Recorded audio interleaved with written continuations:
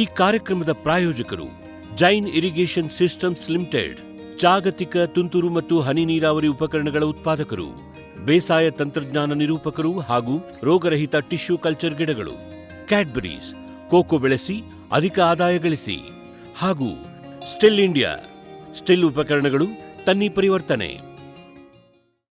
ವೀಕ್ಷಕರೇ ನಮಸ್ಕಾರ. ಇವತ್ತಿನ ಜ್ಞಾನಿ ವಿಜ್ಞಾನಿ ಕಾರ್ಯಕ್ರಮಕ್ಕೆ ತಮಗೆ ಸ್ವಾಗತ. ಇವತ್ತು ಕೂಡ ನಮ್ಮ ಜೊತೆಗೆ ಕೇಂದ್ರೀಯ ತೋಟದ ಬೆಳೆಗಳ ಸಂಶೋಧನಾ ಸಂಸ್ಥೆ CPCRI ಕಾಸರಗೋಡು ಕೇರಳ, ಇದರ ಹಿರಿಯ ವಿಜ್ಞಾನಿಗಳಾದಂತಹ ಡಾಕ್ಟರ್ ವಿನಾಯಕ್ ಹೆಗಡೆ ಅವರಿದ್ದಾರೆ. ಇವರು ಮೂಲತಃ ತೋಟದ ಬೆಳೆಗಳ ರೋಗಶಾಸ್ತ್ರಜ್ಞರು, ಪ್ಲ್ಯಾಂಟ್ ಪೆಥಾಲಜಿಸ್ಟು. ಇವರಲ್ಲಿ CPCRIದಲ್ಲಿ ಸಸ್ಯ ಸಂರಕ್ಷಣಾ ವಿಭಾಗ, ಪ್ಲ್ಯಾಂಟ್ ಪ್ರೊಟೆಕ್ಷನ್ ಡಿವಿಷನ್ ಅದರ ಮುಖ್ಯಸ್ಥರು ಕೂಡ ಹೌದು. ಬನ್ನಿ ಡಾಕ್ಟರ್ ವಿನಾಯಕ್ ಅವರನ್ನು ಭೇಟಿಯಾಗಿ ಇವತ್ತಿನ ಕಾರ್ಯಕ್ರಮದಲ್ಲಿ ಅಡಿಕೆಯ ಅಣಬೆ ರೋಗದ ಬಗ್ಗೆ ಮಾತಾಡಿ ಬರೋಣ. ಸರ್ ನಮಸ್ಕಾರ. ನಮಸ್ಕಾರ. ನಮ್ಮ ವಾಹಿನಿಯ ಜ್ಞಾನಿ ವಿಜ್ಞಾನಿ ಕಾರ್ಯಕ್ರಮಕ್ಕೆ ತಮಗೆ ಮತ್ತೆ ಸ್ವಾಗತ. ನಾವು ಹಿಂದಿನ ಕಂತುಗಳಲ್ಲಿ ಅಡಿಕೆಯ ಇನ್ನುಳಿದ ಹಲವಾರು ರೋಗಗಳ ಬಗ್ಗೆ, ಕೊಳೆ ರೋಗ ಇರ್ಬೋದು, ಆಮೇಲೆ ಸಿಂಗಾರ ಒಣಗುವಂಥ ರೋಗ ಇರ್ಬೋದು, ಈ ಥರದ್ದು ಶಿರಕೊಳೆ, ಸುಳಿ ಕೊಳೆ ಮುಂತಾದ ಹಲವಾರು ವಿಷಯವನ್ನು ನಾವು ಚರ್ಚೆ ಮಾಡಿದ್ದೀವಿ, ಹಳದಿ ಎಲೆ ರೋಗದ ಬಗ್ಗೆ. ಇವತ್ತಿನ ಕಂತಿನಲ್ಲಿ ಅಡಿಕೆಯ ಪ್ರಮುಖವಾದ, ಬಹಳ ಹಳೆಯ ಆದರೆ ಇವತ್ತಿನ ಅಸಾಂಪ್ರದಾಯಿಕ ಪ್ರದೇಶದಲ್ಲಿ ಬಹಳ ಸಮಸ್ಯೆ ಮತ್ತು ಅಡಿಕೆ ಬೆಳೆಯ ಅಳಿವು ಉಳಿವಿನ ಸಮಸ್ಯೆ ಆಗಿರುವಂಥ ಅಣಬೆ ರೋಗದ ಬಗ್ಗೆ ತಮ್ಮ ಹತ್ರ ಕೇಳೋಣ ಅಂತ ನಾವು ಅಂದ್ಕೊಂಡ್ವಿ. ನಮಗೂ ರೈತರಿಂದ ಸಾಕಷ್ಟು ಕರೆ ಬರುತ್ತೆ. ನಾವು ಹಲವಾರು ಸಂದರ್ಭದಲ್ಲಿ ತಮ್ಮ ಸಂಪರ್ಕವನ್ನು ಕೂಡ ರೈತರಿಗೆ ಕೊಟ್ಟಿದ್ದೀವಿ. ಏನಾಗಿದೆ, ಈ ಗ್ಯಾನೋಡರ್ಮ ಸಮಸ್ಯೆ ಏನಿದೆ ಅದು ಈಗ ಭಾಳ ಪ್ರಮಾಣಕ್ಕೆ ಬರ್ತಾ ಇದೆ. ಸೊ ಹಾಗಾಗಿ ಅದ್ರ ಬಗ್ಗೆ ಇವತ್ತು ಚರ್ಚೆ ಮಾಡೋಣ. ಸರಿ, ಈಗ ಅಡಿಕೆ ಅಣಬೆ ರೋಗ, ನಮ್ಮ ಆಮ್ ಆದ್ಮಿ ಭಾಷೆಯಲ್ಲಿ ಅಣಬೆ ರೋಗ, ನೀವು ಅದಕ್ಕೆ ಗ್ಯಾನೋಡರ್ಮ ಹೇಳ್ತೀರಿ. ಸೊ ಅದರದ್ದು ಮಹತ್ವ ಏನಿದೆ, ಅದರ ಹಿಸ್ಟ್ರಿ ಏನಿದೆ, ಎಲ್ಲಿ ಬಂತು, ಏನು ಕತೆ ಅಂತ ಕೇಳ್ಬೋದಾ? ಈ ಅಣಬೆ ರೋಗ ಭಾಳ ವರ್ಷದಿಂದ ಇದೆ. ಇಲ್ಲ, ಇದನ್ನು ಹೊಸ ರೋಗ ಅಲ್ಲ, ಭಾಳ ವರ್ಷದಿಂದ ಇದೆ. ತೆಂಗಲ್ಲಿ, ಅಡಿಕೆಯಲ್ಲಿ ಎಲ್ಲ ಅಣಬೆ ರೋಗಗಳು. ತೆಂಗಿನಲ್ಲೂ ಸೇಮ್ ಬರುತ್ತೆ. ತೆಂಗಿನಲ್ಲಿ ಅಣಬೆ ರೋಗ ಇದೆ. ತೆಂಗಿನಲ್ಲಿ ಮೊದಲು ಇದಕ್ಕೆ ತಂಜಾವೂರು ವಿಲ್ಟ್ ಅಂತೇಳಿ ಹೇಳ್ತಾರೆ. ತೆಂಗಿನಲ್ಲಿ ಇದು ತಂಜಾವೂರು ಭಾಗದಲ್ಲಿ ತೆಂಗಿನಲ್ಲಿ ರಿಪೋರ್ಟ್ ಮಾಡಿದ್ದು ಫಸ್ಟ್ಗೆ. ಅದು ಆವಾಗ ಅದಾಗಿ ಅದು ಐಡೆಂಟಿಫೈ, ಇದೊಂದು ರೋಗಾಣು ಬರ್ತದೆ ಅಂತೇಳಿ, ಫಂಗಸ್. ಸೊ ಅದರ ನಂತರ ಅಡಿಕೆಯಲ್ಲಿ 50-60 ವರ್ಷ ಮೇಲೆ ಆಯಿತು. ಅದರಲ್ಲಿ ಆಮೇಲೆ ಅಡಿಕೆಯಲ್ಲೂ ಕ್ರಮೇಣ ಎಲ್ಲ ಇದೆ. ಭಾಳ CPCRI ಕೂಡ ಅದ್ರ ಬಗ್ಗೆ ನಮ್ಮಲ್ಲಿ ಇಲ್ಲಿ ಹಿರೇಹಳ್ಳಿ, ತುಮಕೂರಿನ ಹತ್ರ ಒಂದು ಸ್ಟೇಷನ್ ಇದೆ, ನಿಮ್ಗೆ ಗೊತ್ತಿರ್ಬೋದು. ಅರೆಕನಟ್ ಸ್ಟೇಷನ್ ಇತ್ತದು ಮೊದಲು. ಇಲ್ಲಿ ಆವಾಗ ಅಲ್ಲಿ ಬಹಳಷ್ಟು ಅದ್ರ ಬಗ್ಗೆ ಸಂಶೋಧನೆಗಳೆಲ್ಲ ಮಾಡ್ತಾಯಿದ್ರು. ಆ್ಯಕ್ಚುಲಿ ಆಮೇಲೆ ಅದು IHR ಹೋಗಿದೆ ಈಗ. ಆದರೆ ಅಡಿಕೆಯಲ್ಲಿ ಭಾಳ ವರ್ಷದಿಂದ ಈ ಅಣಬೆ ರೋಗದ ಬಗ್ಗೆ ಸಂಶೋಧನೆ ತೆಂಗಿನಲ್ಲೂ ಆಗ್ತಾ ಇದೆ. ತೆಂಗಿನಲ್ಲೂ ನಾವು ಮಾಡ್ತಾ ಇದ್ದೀವಿ. ಈಗ ಹಿರೇಹಳ್ಳಿಯಲ್ಲಿ ನೀವು ಸಂಶೋಧನೆ ತಗೊಳ್ಳೋದಕ್ಕೆ ಈ ಅಣಬೆ ರೋಗ ಈ ತುಮಕೂರು ಈ ಭಾಗದಲ್ಲಿ ಹೆಚ್ಚಿದೆಯಾ, ಹೆಂಗೆ ಅದು? ಹೌದು, ಈಗ ಅಣಬೆ ರೋಗ ಇದೆಯಲ್ಲ, ಅಣಬೆ ರೋಗ ಆ್ಯಕ್ಚುಲಿ ನಿಮಗೆ ಗೊತ್ತಿರಬೇಕು. ಮೊದಲ ಈ ಗುಬ್ಬಿ ಮತ್ತು ಈ ತುಮಕೂರು ಏರಿಯಾದಲ್ಲಿ ಅಡಿಕೆಯಲ್ಲಿ ಅಣಬೆ ರೋಗ ಮೇಜರ್ ಪ್ರಾಬ್ಲಮ್ ಆಗಿತ್ತು. ಕೋಕೋನಟ್ಟಲ್ಲಿ, ಅರೆಕನಟ್ ಎರಡರೂ ಕೂಡ. ಈ ಕಂಪೇರ್ ಟು ನಮ್ಮ ಟ್ರೆಡಿಷನಲ್ ಬೆಲ್ಟಲ್ಲಿ ಕಂಪೇರ್ ಮಾಡಿದ್ರೆ, ಮಲೆನಾಡೆ ಕಂಪೇರ್ ಮಾಡಿದರೆ ಈ ಏರಿಯಾದಲ್ಲಿ ಅಣಬೆ ರೋಗ ಜಾಸ್ತಿ ಇತ್ತು. ಹಾಗಾಗಿ ಅಷ್ಟೇ ಅಲ್ಲ ಸರ್, ಇದೇ ಕೂಡ ಈಗ ಕೂಡ ಇದೆ. ಈಗ ಮತ್ತು ಎಕ್ಸ್ಟೆಂಡ್ ಆಗಿದೆಯಲ್ಲ, ಈಗ ಅರೆಕನಟ್ ಕಲ್ಟಿವೇಶನ್ ಬೇರೆ ಬೇರೆ ಮತ್ತು ಜಾಸ್ತಿ ಆಗಿರೋದ್ರಿಂದ ರೋಗದ ಇದು ಜಾಸ್ತಿ ಆಗಿದೆ. ಅವಾಗ ಏರಿಯಾ ಕಡಿಮೆ ಇತ್ತು, ಅದಿಷ್ಟೇ ಲೊಕೇಶನ್ ಅಲ್ಲಿ ಅಣಬೆ ರೋಗದ ಬಗ್ಗೆ ವಾಸ್ತವ. ತೆಂಗಲ್ಲಿ ಎಲ್ಲ ಕಡೆ ಇತ್ತು, ತಮಿಳುನಾಡು ಮತ್ತು ಇದರಲ್ಲಿ. ತೆಂಗಲ್ಲಿ ಕೂಡ ಇವತ್ತು ಕೂಡ ತೆಂಗಿನಲ್ಲಿ ಜಾಸ್ತಿ ಇದೆ. ಈ ಏರಿಯಾದಲ್ಲಿ ನೀವು ಹೋದರೆ, ತುಮಕೂರು ಡಿಸ್ಟ್ರಿಕ್ಟು, ಹಾಸನ ಇದಕ್ಕೆ ಹೋದರೆ ಗ್ಯಾನೋಡರ್ಮಾ ಪ್ರಾಬ್ಲಮ್ ವೆರಿ ಸೀರಿಯಸ್. ತೆಂಗಲ್ಲೂ ಕೂಡ ಈ ಗ್ಯಾನೋಡರ್ಮಾ ಅನ್ನೋದು ಒಂದು ಅಣಬೆ ರೋಗ ಬರೋದು. ನೀವು ಹೇಳ್ತಾ ಇರುವಂತಹದ್ದು ಇದು ಒಂದು ಶಿಲೀಂಧ್ರ, ಮಣ್ಣಿನಲ್ಲಿ ಇರತಕ್ಕಂಥ ಒಂದು ಗ್ಯಾನೋಡರ್ಮಾ ಲುಸಿಡನ್ ಅಂತೇಳಿ. ಈ ಗ್ಯಾನೋಡರ್ಮಾ ಲುಸಿಡಮ್ ಅನ್ನೋದು ಒಂದು ಮಣ್ಣಿನಲ್ಲಿ ಇರತಕ್ಕಂಥ ಶಿಲೀಂಧ್ರ. ಇದು ಎಲ್ಲ ಕಡೆ, ಸುಮಾರು ಕಡೆ ಎಲ್ಲ ಮಣ್ಣಿನಲ್ಲಿ ಇರ್ತದೆ. ಈ ಗ್ಯಾನೋಡರ್ಮಾ ಮಣ್ಣಿನಲ್ಲಿ ಇದೊಂದು ಸಿವಿಯರ್ ಉಗ್ರ ಪ್ಯಾಥೋಜನ್ ಅಲ್ಲ, ನೋಡಿದ್ರಿ, ಇದು ಪ್ಯಾಥೋಜನ್ ಅಲ್ಲ, ಇದು ಆಪರ್ಚುನಿಸ್ಟಿಕ್ ಅಂತ ಹೇಳ್ಬೋದು. ಅವಕಾಶ ಸಿಕ್ಕಾಗ ಪ್ಲಾಂಟನ್ನು ಕೊಲ್ತದೆ. ಆಮೇಲೆ ಇದು ಮಣ್ಣು ಮತ್ತು ಇದ್ರ ಮೇಲೆ, ನಮ್ಮಲ್ಲಿ ಉಳಿದ ಕಡೆ ಇದು ಅಷ್ಟೊಂದು ಸಿವಿಯರ್ ಇಲ್ಲ. ನೀವು ಕೇಳಿದ್ರೆ ಈಗ ಕೇರಳ ಅಥವಾ ದಕ್ಷಿಣ ಕನ್ನಡದಲ್ಲಿ ಅಣಬೆ ರೋಗದ ಪ್ರಾಬ್ಲಮ್ಮು ನಿಮಗೆ ಅಷ್ಟು ಕಾಣೋದಿಲ್ಲ ಅಡಿಕೆಯಲ್ಲಿ. ಅದೇ ಈ ಮೈದಾನ ಪ್ರದೇಶದಲ್ಲಿ ಮಣ್ಣಿನ ಗುಣ ಈ ಗ್ಯಾನೋಡರ್ಮಾ ಸರ್ವೈವಲ್ 3 ಮತ್ತು ಅಲ್ಲಿ ಪ್ರಾಬ್ಲಮ್ ಆಗ್ತಾ ಇದೆ. ಓಕೆ ಸರಿ, ಈಗ ನಾವು ಮೂಲತಃ ಇದಕ್ಕೆ ಮೂಲ ರೋಗಕ್ಕೆ ಬರೋದಕ್ಕಿಂತ ಮೊದಲೇ ಈ ಅಣಬೆ ರೋಗ ಅಥವಾ ಗ್ಯಾನೋಡರ್ಮಾ ನಿಮ್ಮ ಭಾಷೆಯಲ್ಲಿ ಹೇಳೋದಾದ್ರೆ ಇದರ ವಾಣಿಜ್ಯಿಕ ಮಹತ್ವ ಏನಿದೆ ಈ ರೋಗದ್ದು? ವಾಣಿಜ್ಯಿಕ ಮಹತ್ವ ಅಂತಂದರೆ ಇದು ಮಣ್ಣಿಂದ ಇರತಕ್ಕಂಥದ್ದು, ಇದು ಗಿಡವನ್ನು ಸಾಯಿಸ್ತದೆ. ಗಿಡವನ್ನು ಸಾಯಿಸ್ತದೆ, ಸ್ಟಾರ್ಟಿಂಗಲ್ಲಿ ಬೇರನ್ನು ಕೊಳಿಸ್ತದೆ initial first few years. Okay, ನೀವು ಗ್ಯಾನೋಡರ್ಮಾ ವಿಲ್ಟ್ ಅಂತ ಹೇಳ್ತೀರಾ? ಗ್ಯಾನೋಡರ್ಮಾ ವಿಲ್ಟ್ ಅಂತ ಹೇಳ್ತಾರೆ, ಬೇಸಲ್ ಸ್ಟೆಮ್ ರಾಟ್ ಅಂತ ಹೇಳ್ತಾರೆ ಆಕ್ಚುಲಿ ಇದಕ್ಕೆ. ಇಂಗ್ಲಿಷಲ್ಲಿ ನಾವು ಹೇಳೋದು ಬುಡ ಕೊಳೆಯುವ ರೋಗ. ಬುಡ ಕೊಳಿಸ್ತದೆ ಇದು, ಬುಡ stem rot. Basal stem rot. Okay, ಇದು ಬೇಸಲ್ ಪೋರ್ಷನ್ ಅಲ್ಲಿ ಅಟ್ಯಾಕ್ ಮಾಡಿ ಅದನ್ನ ಸಾಯಿಸ್ತದೆ. ನಿರ್ದಿಷ್ಟವಾಗಿ ಅದನ್ನ ಲಕ್ಷಣಕ್ಕೆ ಆಮೇಲೆ ಬರೋಣ. ಸೊ ಈಗ ಇದರದ್ದು ಸರ್, ಈಗ ಒಟ್ಟಾರೆ ಈಗ ನಾವು ಕರ್ನಾಟಕಕ್ಕೆ ಸೀಮಿತವಾಗಿ ವಿಚಾರ ಮಾಡಿದ್ರು ಬಹಳ ಪ್ರಮಾಣಕ್ಕೆ ತೋಟಗಳ ಹಾನಿಯಾಗಿದೆಯಾ ಅಥವಾ ಇನ್ನು ಒಂದು ಲಿಮಿಟೆಡ್ ಜಾಗದಲ್ಲಿ ಇದೆಯಾ? ಇದು ಲಿಮಿಟೆಡ್ ಜಾಗದಲ್ಲಿ ಅನ್ನೋದಕ್ಕಿಂತ ಎಲ್ಲಿ ಸ್ವಲ್ಪ ನಿಗ್ಲೆಕ್ಟೆಡ್ ಏರಿಯಾ ಮತ್ತು ಮೈದಾನ ಏರಿಯಾದಲ್ಲಿ ಹೆಚ್ಚಾಗಿ ಅಲ್ಲಿ ಜಾಸ್ತಿ ಇನ್ಸಿಡೆನ್ಸ್ ಕಾಣ್ತದೆ. ಇಲ್ಲಾಂದ್ರೆ ಇರ್ಬೋದು, ಎಲ್ಲ ಕಡೆ ಇರುತ್ತೆ. ಯಾವುದು ನಿಗ್ಲೆಕ್ಟ್ ಆಗಿದೆ ಗಾರ್ಡನ್ ಸ್ವಲ್ಪ, ಅಲ್ಲಿ ಮತ್ತು ಉಲ್ಬಣಗೊಂಡಿದೆ, ಡಿಸೀಸ್ ಸಿವಿಯರಿಟಿ ಅಂತ ಹೇಳ್ಬೋದು, ಅದು ಉಲ್ಬಣ ಆಗಿದೆ. ಅದಕ್ಕೆ ಹಲವಾರು ಕಾರಣಗಳು. ಇದು ಮಣ್ಣಿನಲ್ಲಿರ್ತಕ್ಕಂಥ ಶಿಲೀಂಧ್ರ ಯಾವಾಗಲೂ ನಾವು ಫಂಜಿಸೈಡ್ ಅಥವಾ ಇದನ್ನು ಹಾಕಿ ನಿರ್ಮೂಲನೆ ಮಾಡ್ಲಿಕ್ಕೆ ಆಗೋದಿಲ್ಲ, ಕಷ್ಟ. ಯಾವುದೇ ಮಂಗಲ್ ಫಿಜೇರಿಯಂ ಅಂತ ತಗೊಳ್ಳಿ, ನೀವು ಮಣ್ಣಿನಲ್ಲಿ ಇರತಕ್ಕಂಥ ಫಂಗಸ್ ಇಂದ ಗೊತ್ತು ನಿಮಗೆ, ಮ್ಯಾನೇಜ್ ಮಾಡ್ಕೊಳ್ಬೇಕು ನಾವು, ಬಿಟ್ರೆ ಅದನ್ನ ಇದು ಮಾಡ್ಲಿಕ್ಕೆ ಆಗೋದಿಲ್ಲ. ಅದ್ರದ್ದು ಮೂಲತಃ ಲಕ್ಷಣ ಹೇಗೆ? ಈಗ ನನ್ನ ತೋಟಕ್ಕೆ ಬಂದಿದೆ ಈ ತರ ಅಂತ ಹೇಳಿ ಗೊತ್ತಾಗೋದು ಯಾವಾಗ? ಈಗ ಅಡಿಕೆಯಲ್ಲಿ ನಾನು ಭಾಳ ವರ್ಷ ಇಲ್ಲಿ ಕೂಡ ನಮ್ಮ ಹಿರೇಹಳ್ಳಿ ಸ್ಟೇಷನ್ ಇದ್ದಾಗ ಕೂಡ ವಿಸಿಟ್ ಮಾಡ್ತಾ ಇದ್ದೆ, ಆಮೇಲೆ ಕೂಡ ವಿಸಿಟ್ ಮಾಡಿದ್ದೇನೆ ಭಾಳ ಕಡೆ, ಇವನ್ ತಮಿಳ್ನಾಡಲ್ಲೂ ಕೂಡ ಇದೆ ಅಡಿಕೆ ತೋಟದಲ್ಲೆಲ್ಲ. ಏನಾಗುತ್ತೆ, ಸ್ಟಾರ್ಟಿಂಗಲ್ಲಿ ಪ್ರಾರಂಭ ಆಗೋದು ಅಡಿಕೆಯ ಗರಿ ಸ್ವಲ್ಪ ಕೆಳಗಿನ ಗರಿ ಹಳದಿ ಆಗಿರ್ತದೆ. ಆಮೇಲೆ ಸ್ಲೋಲಿ ಎಲ್ಲ ಗರಿಗಳು ಹಳದಿ ಆಗ್ತಾ ಬರ್ತದೆ.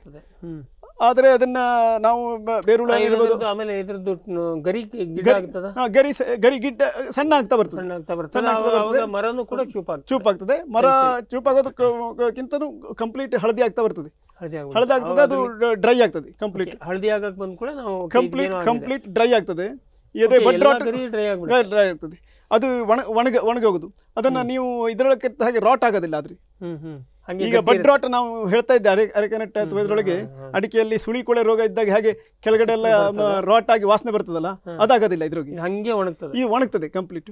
ಅಂದ್ರೆ ಇದು ಅಲ್ಲಿ ಹೋಗೋದಕ್ಕಿಂತ ಬೇರು ಹೋಗಿದ್ದಕ್ಕೆ ಹಾಗಾಗಿರೋದು. ಅದು ಅಲ್ಲಿ ರೈತರಿಗೆ ಮೇಲೆ ಕಾಣೋದು ಎಲೆ ಹಳದಿ ಆಗಿದೆ, ಗರಿ ಗಿಡ್ಡ ಆಗ್ತಾ ಇದೆ ಅಂದ್ರೆ ಏನೋ ಸಮಸ್ಯೆಗಳಲ್ಲಿ ಅಣಬೆ ರೋಗ ಕೂಡ ಒಂದು ಅಂತ ನಾವು. ಅದು ಒಂದು ಲಕ್ಷಣ, ಇದು ಒಂದು ಲಕ್ಷಣ. ಮತ್ತೊಂದು ಲಕ್ಷಣ ಅಂದ್ರೆ ಕೆಳಗಿನ ಪೋರ್ಷನ್ ಅಲ್ಲಿ ಮಣ್ಣಿನಿಂದ ಸ್ವಲ್ಪ ಒಂದು 3 ಫೀಟ್ 4 ಫೀಟ್ ಅಲ್ಲಿ ಒಂದು ರೀತಿಯ ಬ್ಲೀಡಿಂಗ್ ಪ್ಯಾಚಸ್ ಬರ್ತದೆ, ಡಾರ್ಕ್. ಅಂದ್ರೆ ಅಲ್ಲಿಂದ ರಸ ಸೋರುವಂತ ಡಾರ್ಕ್ ರಸ ಸೋರುವಂತದ್ದು ಇರ್ತದೆ. ಅಲ್ಲಿಂದ ಸೀಳ್ತದ ಅಥವಾ ಹಂಗೆ? ಸೀಳುದಿಲ್ಲ, ರಸ ಬರ್ತದೆ. ಈಗ ತೆಂಗಿನಲ್ಲೂ ಕೂಡ ಬರ್ತದಲ್ಲ ಆ ಟೈಪು, ಬುಡದಲ್ಲಿ ಕಪ್ಪಾಗಿ ರಸ ಬೀಳ್ತಾ ಇರ್ತದೆ. ಸರ್ಫೇಸ್ ಸ್ಮೂತ್ ಇರುತ್ತೆ, ಅಲ್ಲಿ ಎಲ್ಲೋ ಸಣ್ಣ ಬಿರುಕು ಬಿಟ್ಟು ಸ್ಲೋಲಿ ಬರ್ತಾ ಇರ್ತದೆ. ಸ್ಲೋಲಿ ಬಂದು ಅದೆಲ್ಲ ಕಪ್ಪಾಗಿರ್ತದೆ ಪೋರ್ಷನ್, ಬೇಸಲ್ ಪೋರ್ಷನ್ ಇಂದ ಮೇಲ್ಗಡೆ ಬರ್ತಾ ಇರ್ತದೆ. ನೀವು ನೋಡಿದ್ರೆ ಮಣ್ಣಿನ ಬುಡದಿಂದ ಅದು ಕೆಲವು ಕಡೆ ಏನಾಗುತ್ತೆ, ಮಣ್ಣಿನಲ್ಲಿ ಅವ್ರಿಗೆ ಕಾಣೋದಿಲ್ಲ, ನಮಗೆ ಕಾಣೋದಿಲ್ಲ ಅದನ್ನ, ಅದು ಮಣ್ಣಿನಲ್ಲಿ ಮುಚ್ಚಿರ್ತದೆ ಸ್ಟೆಮ್ ಪೋರ್ಷನ್. ಸ್ವಲ್ಪ ಮೇಲ್ಗಡೆ ಬರ್ತಾ ಇದ್ದಾಗ ಗೊತ್ತಾಗುತ್ತೆ, ಕೆಳಗಡೆ ಇದು ಇರ್ತಲ್ಲ. ಅವಾಗ ರೈತರು ಹೇಳ್ತಾರೆ, ಏನಿಲ್ಲ ಸರ್, ಗಿಡ ಎಲ್ಲ ಚೆನ್ನಾಗಿದೆ, ಮೇಲೆ ಮಾತ್ರ ಒಣಗಿದೆಯಲ್ಲ ಹೇಗೆ, ಕೆಳಗಡೆ ಬಿಳಿ. ಆಮೇಲೆ ಕೆಳಗಡೆ ಅವರು ಮಣ್ಣು ತೆಗೆದು ನೋಡ್ರೆ ಗೊತ್ತಾಗುತ್ತೆ, ಕೆಳಗಡೆ ಆಲ್ರೆಡಿ ಹೋಗಿರುತ್ತೆ ಸ್ಟೆಮ್. ಈಗ ಸರ್, ಅದು ರಸ ಸೋರೋದು ಅಂದ್ರೆ ಆ ಒಳಗಿನ ತಿರುಳು ಒಂಥರ ದೊಂದಿ ತರ ಅಂತ ಏನಿರ್ತಲ್ಲ, ಅದು ಕೊಳತು ರಸ ಬರುತ್ತೆ. ಅದು ಕೊಳತು ಅನ್ನೋದಕ್ಕಿಂತ ಈ ಫಂಗಸ್ ಏನ್ ಮಾಡ್ತದೆ, ಮೇಲ್ಗಡೆಯಿಂದ ಇದು ಮಾಡ್ತದೆ, ಸೆಲ್ಯುಲೋಸ್ ಮಟೀರಿಯಲ್ ಇರ್ತದಲ್ಲ, ಈ ಹೊರಗಿನ ಗಟ್ಟಿ ಮರವನ್ನ ಒಳಗಡೆ ಇನ್ಫೆಕ್ಷನ್ ಮಾಡ್ತದೆ. ಅವಾಗ ಅದ್ರದ್ದು ಇದು ರಿಯಾಕ್ಷನ್ ಆಗಿ ಹೊರಗಡೆ ಕಪ್ಪಾಗೋದು. ಕಪ್ಪಾಗೋದು ರಸ ಸೋರೋದಲ್ಲ, ಕಪ್ಪಾಗೋದು. ಇದು ಒಳಗಿಂದ ರಸ ಬರೋದೇನಲ್ಲ, ಒಳಗೆ ರಸ ಅಂತ ಕಂಪ್ಲೀಟ್ ಆ ಟೈಪ್ ಬೀಳೋದಿಲ್ಲ, ಆ ಟೈಪ್ ಕಪ್ಪಾಗ್ತದೆ. ಅದಕ್ಕೆ ಅಡಿಕೆಯ ಗಟ್ಟಿ ಭಾಗ ಮೇಲಿಂದನೇ ಅದೆಲ್ಲ ಒಳಗಡೆ ಪ್ಲಾಸನ್ನು ನೀವು ತೆಗೆದ್ರೆ ಗೊತ್ತಾಗುತ್ತೆ, ಕಪ್ಪಾಗಿರ್ತದೆ ಸ್ವಲ್ಪ ಒಳಗಡೆನೆಲ್ಲ. ಅದು ಇದು ಈ ಫಂಗಸ್ಸು ಅದನ್ನ ಡಿಸ್ಟ್ರಾಯ್ ಮಾಡಿಕೊಂಡು ಇದು ಮಾಡ್ತಾ ಇರುತ್ತೆ. ಇದು ಸ್ಲೋ ಫಂಗಸ್, ಸೆಲ್ಯುಲೋಸ್ ಲಿಗ್ನಿನೆಲ್ಲ ಡಿಸ್ಟ್ರಾಯ್ ಮಾಡಿಕೊಂಡು ಸೊ ಇಟ್ ವಿಲ್ ತಿನ್ನೋದು. ಹಾಗಾಗಿ ಅದರಿಂದ ಸುತ್ತಲೂ ಕಪ್ಪಾಗ್ತಾ ಬರ್ತದೆ ಕೆಳಗಡೆ. ಅದು ಆ ಸ್ಟೆಮ್ ಪೋರ್ಷನಲ್ಲಿ ಬುಡದಲ್ಲಿ ಬರೋಕ್ಕಂತ ಮೊದಲು ರೂಟಿನಲ್ಲಿ ಇನ್ಫೆಕ್ಟ್ ಆಗಿರ್ತದೆ. ಬೇರುಗಳನ್ನ ಬೇರು ಕೊಳಿತಾ ಇರ್ತದೆ. ಬೇರು ಸ್ವಲ್ಪ ಬೇರೆ ಅಟ್ಯಾಕ್ ಆಗಿ ಬೇರೆ ಕೊಳ್ತಾ ಇರ್ತದೆ. ಮತ್ತೊಂದು ಬೇರೆ ಹಾಗೆ ಬೇರುಗಳೆಲ್ಲ ಕಪ್ಪಾಗಿ ಕೊಳಿತಾ ಇರ್ತದೆ. ಬೇರು ಕೊಳ್ತಿದ್ದಕ್ಕೆ ಆಹಾರ ಸರಿಯಾಗಿ ನೀರು ಸರಿಯಾಗಿ ಹೋಗೋದಿಲ್ಲ, ಮೇಲೆ ಹೋಗುದಿಲ್ಲ, ಮೇಲೆ ಎಲ್ಲ ಎಲ್ಲೋ ಆಗೋದು. ಮೇಲೆಗಡೆಯಿಂದ ಏನು ಫಂಗಸ್ ಅಟ್ಯಾಕ್ ಆಗೋದಿಲ್ಲ, ಅಲ್ಲಿ ಏನೂ ಆಗೋದಿಲ್ಲ, ಕೆಳಗಡೆಯಿಂದ ಆಗಿರೋದು. ಇದು ಕೆಳಗೆ ಬೇರಿಗೆ ಸಮಸ್ಯೆ, ಬೇರಿಗೆ ಸಮಸ್ಯೆ ಹಾಗೆ ಒಣಗ್ತದೆ. ಸೊ ಹಾಗಾಗಿ ನಮಗೆ ಒಂದು ಹಳದಿಯಾಗಿದ್ದ ಲಕ್ಷಣ ಇದ್ರೆ ನಾವು ಅನ್ಕೋಬೇಕು. ಇನ್ನು ಮರದ ಬುಡದಲ್ಲಿ ಇಷ್ಟ ಆಗೋದಕ್ಕೆ ಎಷ್ಟು ಟೈಮ್ ತಗೋಬಹುದು? ಒಂದು 3-4 ವರ್ಷ ಬೇಕಾ? ಇಲ್ಲ, ಅದು ಒಮ್ಮೆ ಇನ್ಫೆಕ್ಷನ್ ಆದರೆ ಒಂದು ಹೇಳ್ತೇವೆ ನಾವು ಒಂದು 24 to 48 ಮಂತ್ಸ್. ತೆಂಗಿನಲ್ಲೆಲ್ಲ ಅದೇ 48 ಮಂತ್ಸ್ವರೆಗೂ 4 ವರ್ಷವರೆಗೂ ಇರ್ತದೆ. ಇದರಲ್ಲಿ ಸುಮಾರು ಕೆಲವೊಮ್ಮೆ ಇವನ್ ನಿಗ್ಲೆಕ್ಟ್, ನಿಮ್ದು ಗಾರ್ಡನ್ ಆಲ್ರೆಡಿ ವೀಕ್ ಆಗಿದೆ, ಪ್ಯಾಥೋಜನಿಗೆ ಪೂರಕವಾಗಿದೆ, ಇನ್ಫೆಕ್ಷನ್ ಡೆವಲಪ್ ಆಗ್ಲಿಕ್ಕೆ ಅಂತಿದ್ರೆ ಆವಾಗ ಜಾಸ್ತಿ ಜಲ್ದಿ ಬೇಗನೆ ಆಗ್ತದೆ. ಇಲ್ಲ ನೀವು ಒಳ್ಳೆ ಚೆನ್ನಾಗಿ ಮಾಡ್ತಾ ಇದ್ದೀರಿ, ಡ್ರೈನೇಜ್ ಇಟ್ಟಿದ್ದೀರಿ, ಇದನ್ನೆಲ್ಲ ಇದೆ, ಚೆನ್ನಾಗಿದೆ, ನಿಮ್ಮ ಗಾರ್ಡನಲ್ಲಿ ಇದು ಮಾಡ್ತಾ ಇರ್ತೀರಾ, ಅದಕ್ಕೆ ಪೂರಕ ಇಲ್ಲ ಅಂತಂದ್ರೆ ಅದು ಸ್ಲೋಲಿ ಆಗ್ತದೆ, ತಗ್ತದೆ. ಸೊ ಒಟ್ಟಲ್ಲಿ ಈಗ ನಾವು ಹಳದಿ ಆದಾಗ ಬುಡ ಅಗದ್ ನೋಡಿದ್ರೆ ಅಲ್ಲಿ, ಯಾಕೆಂದ್ರೆ ಇದು ಸರ್ ನಾವು ಸಾಮಾನ್ಯ ಈ ಬೇರುಳ ಬಂದಾಗೂ ಈ ಸಮಸ್ಯೆ ನಮಗೆ ಮೇಲ್ ಲಕ್ಷಣ ಕಾಣುತ್ತೆ. ಆದ್ರೆ ನಾವು ಅಗದ್ ನೋಡಿದಾಗ ಬೇರುಳ ಇಲ್ಲ ಅಂದ್ರೆ ನಾವು ಇದು ಗ್ಯಾನೋಡರ್ಮ ಅಂತ ಬೇರುಳ ಇದ್ದಾಗ ನಿಮಗೆ ಬೇರುಳವನ್ನ ಇದ್ದಾಗ ನೀವು ಅದನ್ನ ನೋಡಿದ್ರೆ ಕಟ್ ಮಾಡಿರ್ತದೆ, ಕರೆಕ್ಟ್ ನೀವು ನೋಡಬಹುದು, ಕೊಳೆಯೋದಿಲ್ಲ. ಮತ್ತೆ ನೀವು ಅದನ್ನ ಬೇರುಳ ಬಂದಿದ್ದು ಕಟ್ ಆಗಿರ್ತದೆ, ನೀವು ಈಗ ಮಾಡಿದ್ರೆ ಮರ ಇದಾಗ್ತದೆ. ಈ ಗ್ಯಾನೋಡರ್ಮ ಬಂದಾಗ ಇದು ಬೇರನ್ನು ಮಾತ್ರ ಇದು ಮಾಡ್ತಾ ಇರ್ತದೆ, ಕಪ್ಪಾಗಿರ್ತದೆ ಬೇರನ್ನು, ಅದು ರಾಟ್ ಆಗ್ತದೆ, ತುದಿದು ಸ್ವಲ್ಪ ಬೇರುಗಳು ರಾಟ್ ಆಗ್ತಾ ಬರ್ತವೆ. ಹಾಗಾಗಿ ಹೊಸ ಬೇರುಗಳಿರೋದಲ್ಲ, ಬರೀ ಇದೆ ಬೇರುಗಳೆಲ್ಲ ಕೊಳಿತಾ ಬರ್ತದೆ. ಬೇರು ಕೊಳ್ತಾ ಬರ್ತದೆ. ಆ ಇನ್ಫೆಕ್ಷನ್ ಏನಾಗ್ತದೆ ಮುಂದೆ ಸ್ಟೆಮ್ ಪೋರ್ಷನ್ ಕೂಡ ಬರ್ತದೆ. ಅದಕ್ಕೆ ನಾವು ಬೇಸಲ್ ಸ್ಟೆಮ್ ರಾಟ್ ಅಂತ ಹೇಳ್ತೀವಿ. Basal stem rot, base portion stem, ಆ ಸ್ಟೆಮ್ಮಿಗೂ ಬಂದು ಇನ್ಫೆಕ್ಷನ್ ಆಗ್ತಾ ಇರ್ತದೆ. ಅಂತ ಗಟ್ಟಿ ಇದು ಕೊಳಿತದೆ, ಅದು ಕೊಳಿತಾ ಹೋಗ್ತದೆ. ಆಮೇಲೆ ಸ್ವಲ್ಪ ದಿವಸದ ನಂತರ ಅದ್ರ ಮೇಲೆ ಅದು 4 ಆಗಿ ಅಣಬೆ ಮಾಡ್ಬೋದು. ಅದಕ್ಕೆ ನಾವು ಅಣಬೆ ರೋಗ ಅಂತ ಹೇಳೋದು. ಅದನ್ನ ನಾವು ಬಹಳ ದಿವಸ ಅದು ಆ ಅಣಬೆ ಎಲ್ಲ ಟೈಮಲ್ಲೂ ಆಗೋದಿಲ್ಲ, ಅಣಬೆ ಬರಲೇಬೇಕು ಅಂತಿಲ್ಲ. ಅಣಬೆ ರೋಗ ಅಂತಂದ್ರೆ ಅಣಬೆ ಕಾಣೋದಿಲ್ಲಲ್ಲ ಸರ್, ಇದು ಅಣಬೆ ರೋಗ ಅಂತಲ್ಲ, ಅಣಬೆ ಆಗ್ಬೋದು. ಈಗ ನೀವು 100 ಮರದಲ್ಲಿ ಇದ್ರಿ 4 ಮರದಲ್ಲಿ ಅಣಬೆ ಆಗಿಲಿಕ್ಕಿಲ್ಲ. ಫ್ರೂಟಿಂಗ್ ಬಾಡೀಸ್ ಅಂತ ಹೇಳ್ತೀವಿ ಗ್ಯಾನೋಡರ್ಮದ್ದು. ಸಾಕಷ್ಟಿದ್ದು ಅದಕ್ಕೆ ಫೇವರೇಬಲ್ ಕಂಡೀಷನ್ ಆದಾಗ ಫ್ಲವರ್ ಮಾಡ್ಲಿಕ್ಕೆ ಅಂತ ಹೇಳ್ತಿರಲ್ಲ, ಅದೇ ಟೈಪ್ ಅದು ಅದರದ್ದು ಫ್ರೂಟಿಂಗ್ ಬಾಡೀಸ್ ಆಗ್ಲಿಕ್ಕೆ ಆ ಫೇವರೇಬಲ್ ಕಂಡೀಷನ್ ಬಂದಾಗ ಅದು ಫ್ರೂಟಿಂಗ್ ಬಾಡೀಸ್ ಆಗಿ ಅಣಬೆ ಗಟ್ಟಿ ಇರುತ್ತೆ, ಅಣಬೆ ಗಂಟು ಇರ್ತದೆ, ಅದ್ರ ಬ್ರೌನ್ ಕಲರ್ ಆ ಟೈಪ್ ಇರ್ತದೆ. ಅದನ್ನ ಇದು ಇಲ್ಲೂ ಅಲ್ಲ, ನಿಮ್ಮನ್ನ ನೀವು ಆಸಾಮ್ ನಾರ್ತ್ ಈಸ್ಟಿಗೆ ಹೋದ್ರೆ ಮೇಜರ್ ಪ್ರಾಬ್ಲಮ್. ಅವರಿಗೆ ಫೈಟಾಪ್ತರಕ್ಕಿಂತ ಗ್ಯಾನೋಡರ್ಮ ವಿಲ್ಟ್ ಮೇಜರ್ ಪ್ರಾಬ್ಲಮ್. ಗಿಡ ಸಾಯ್ತದೆ, ಮತ್ತೆ ಈ ಟೈಪ್ ಆಗ್ತದೆ. ಸರಿ, ಈಗ ಬುಡ ಕೊಳಿತದೆ ಅಂತ ಹೇಳಿದ್ರೆ ಅಣಬೆ ಬರಬಹುದು, ಬಿಡಬಹುದು. ಇದು ಒಂದು 4 ವರ್ಷಕ್ಕೆ ಮರ ಆಮೇಲೆ ಸಾಯ್ತದೆ, ಸ್ಲೋಲಿ ಸತ್ತೋಗ್ತದೆ. ಒಂದೇ ಸಲ ಸಾಯಿಸೋದಿಲ್ಲ, ಇಮಿಡಿಯೇಟ್ ಅಟ್ಯಾಕ್ ಆಗುತ್ತೆ, ಸ್ಲೋಲಿ ಆಗಿ ಹಳದಿ ಆಗ್ತದೆ, ಮತ್ತೆ ಸಾಯ್ತದೆ.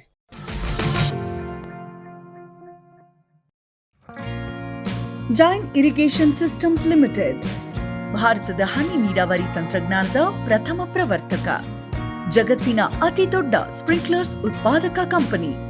ಸಂರಕ್ಷಿತ ಕೃಷಿಯಲ್ಲಿ ಹಸಿರು ಮನೆಗಾಗಿ ಮಿಸ್ಟರ್, ಫಾಗರ್, ಫ್ಯಾನ್ ಮತ್ತು ಪ್ಯಾಡ್ ಹಾಗೂ ನೆರಳು ಮನೆ, ಸ್ವಯಂಚಾಲಿತ ನೀರಾವರಿ ವ್ಯವಸ್ಥೆ ಮತ್ತು ರಸಾವರಿ ತಂತ್ರಜ್ಞಾನ. ಕೃಷಿಯಲ್ಲಿ ನೀರಿನ ಸಮರ್ಪಕ ಬಳಕೆ ಹಾಗೂ ಉಳಿತಾಯಕ್ಕೆ ಮತ್ತೊಂದು ಹೆಸರು ಜೈನ್.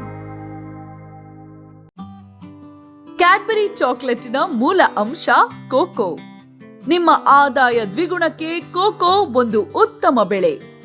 ಅಂತರ ಬೆಳೆ, ಏಕ ಬೆಳೆಯಾಗಿ ಕರ್ನಾಟಕದೆಲ್ಲೆಡೆ ಕೋಕೋ ಬೆಳೆಯಬಹುದು. ಹೈಬ್ರಿಡ್ F1 ಗಿಡಗಳ ಪೂರೈಕೆ ಮತ್ತು ಕೋಕೋ ಬೀಜ ಖರೀದಿ ಕ್ಯಾಡ್ಬರಿಯಿಂದ. ಲಕ್ಷಾಂತರ ಎಕರೆ ಬೆಳೆ ವಿಸ್ತರಣೆಗೆ ಇದೇ ಅವಕಾಶ. ಈ ಸದಾವಕಾಶವನ್ನ ಸದ್ಬಳಕೆ ಮಾಡಿಕೊಳ್ಳಿ.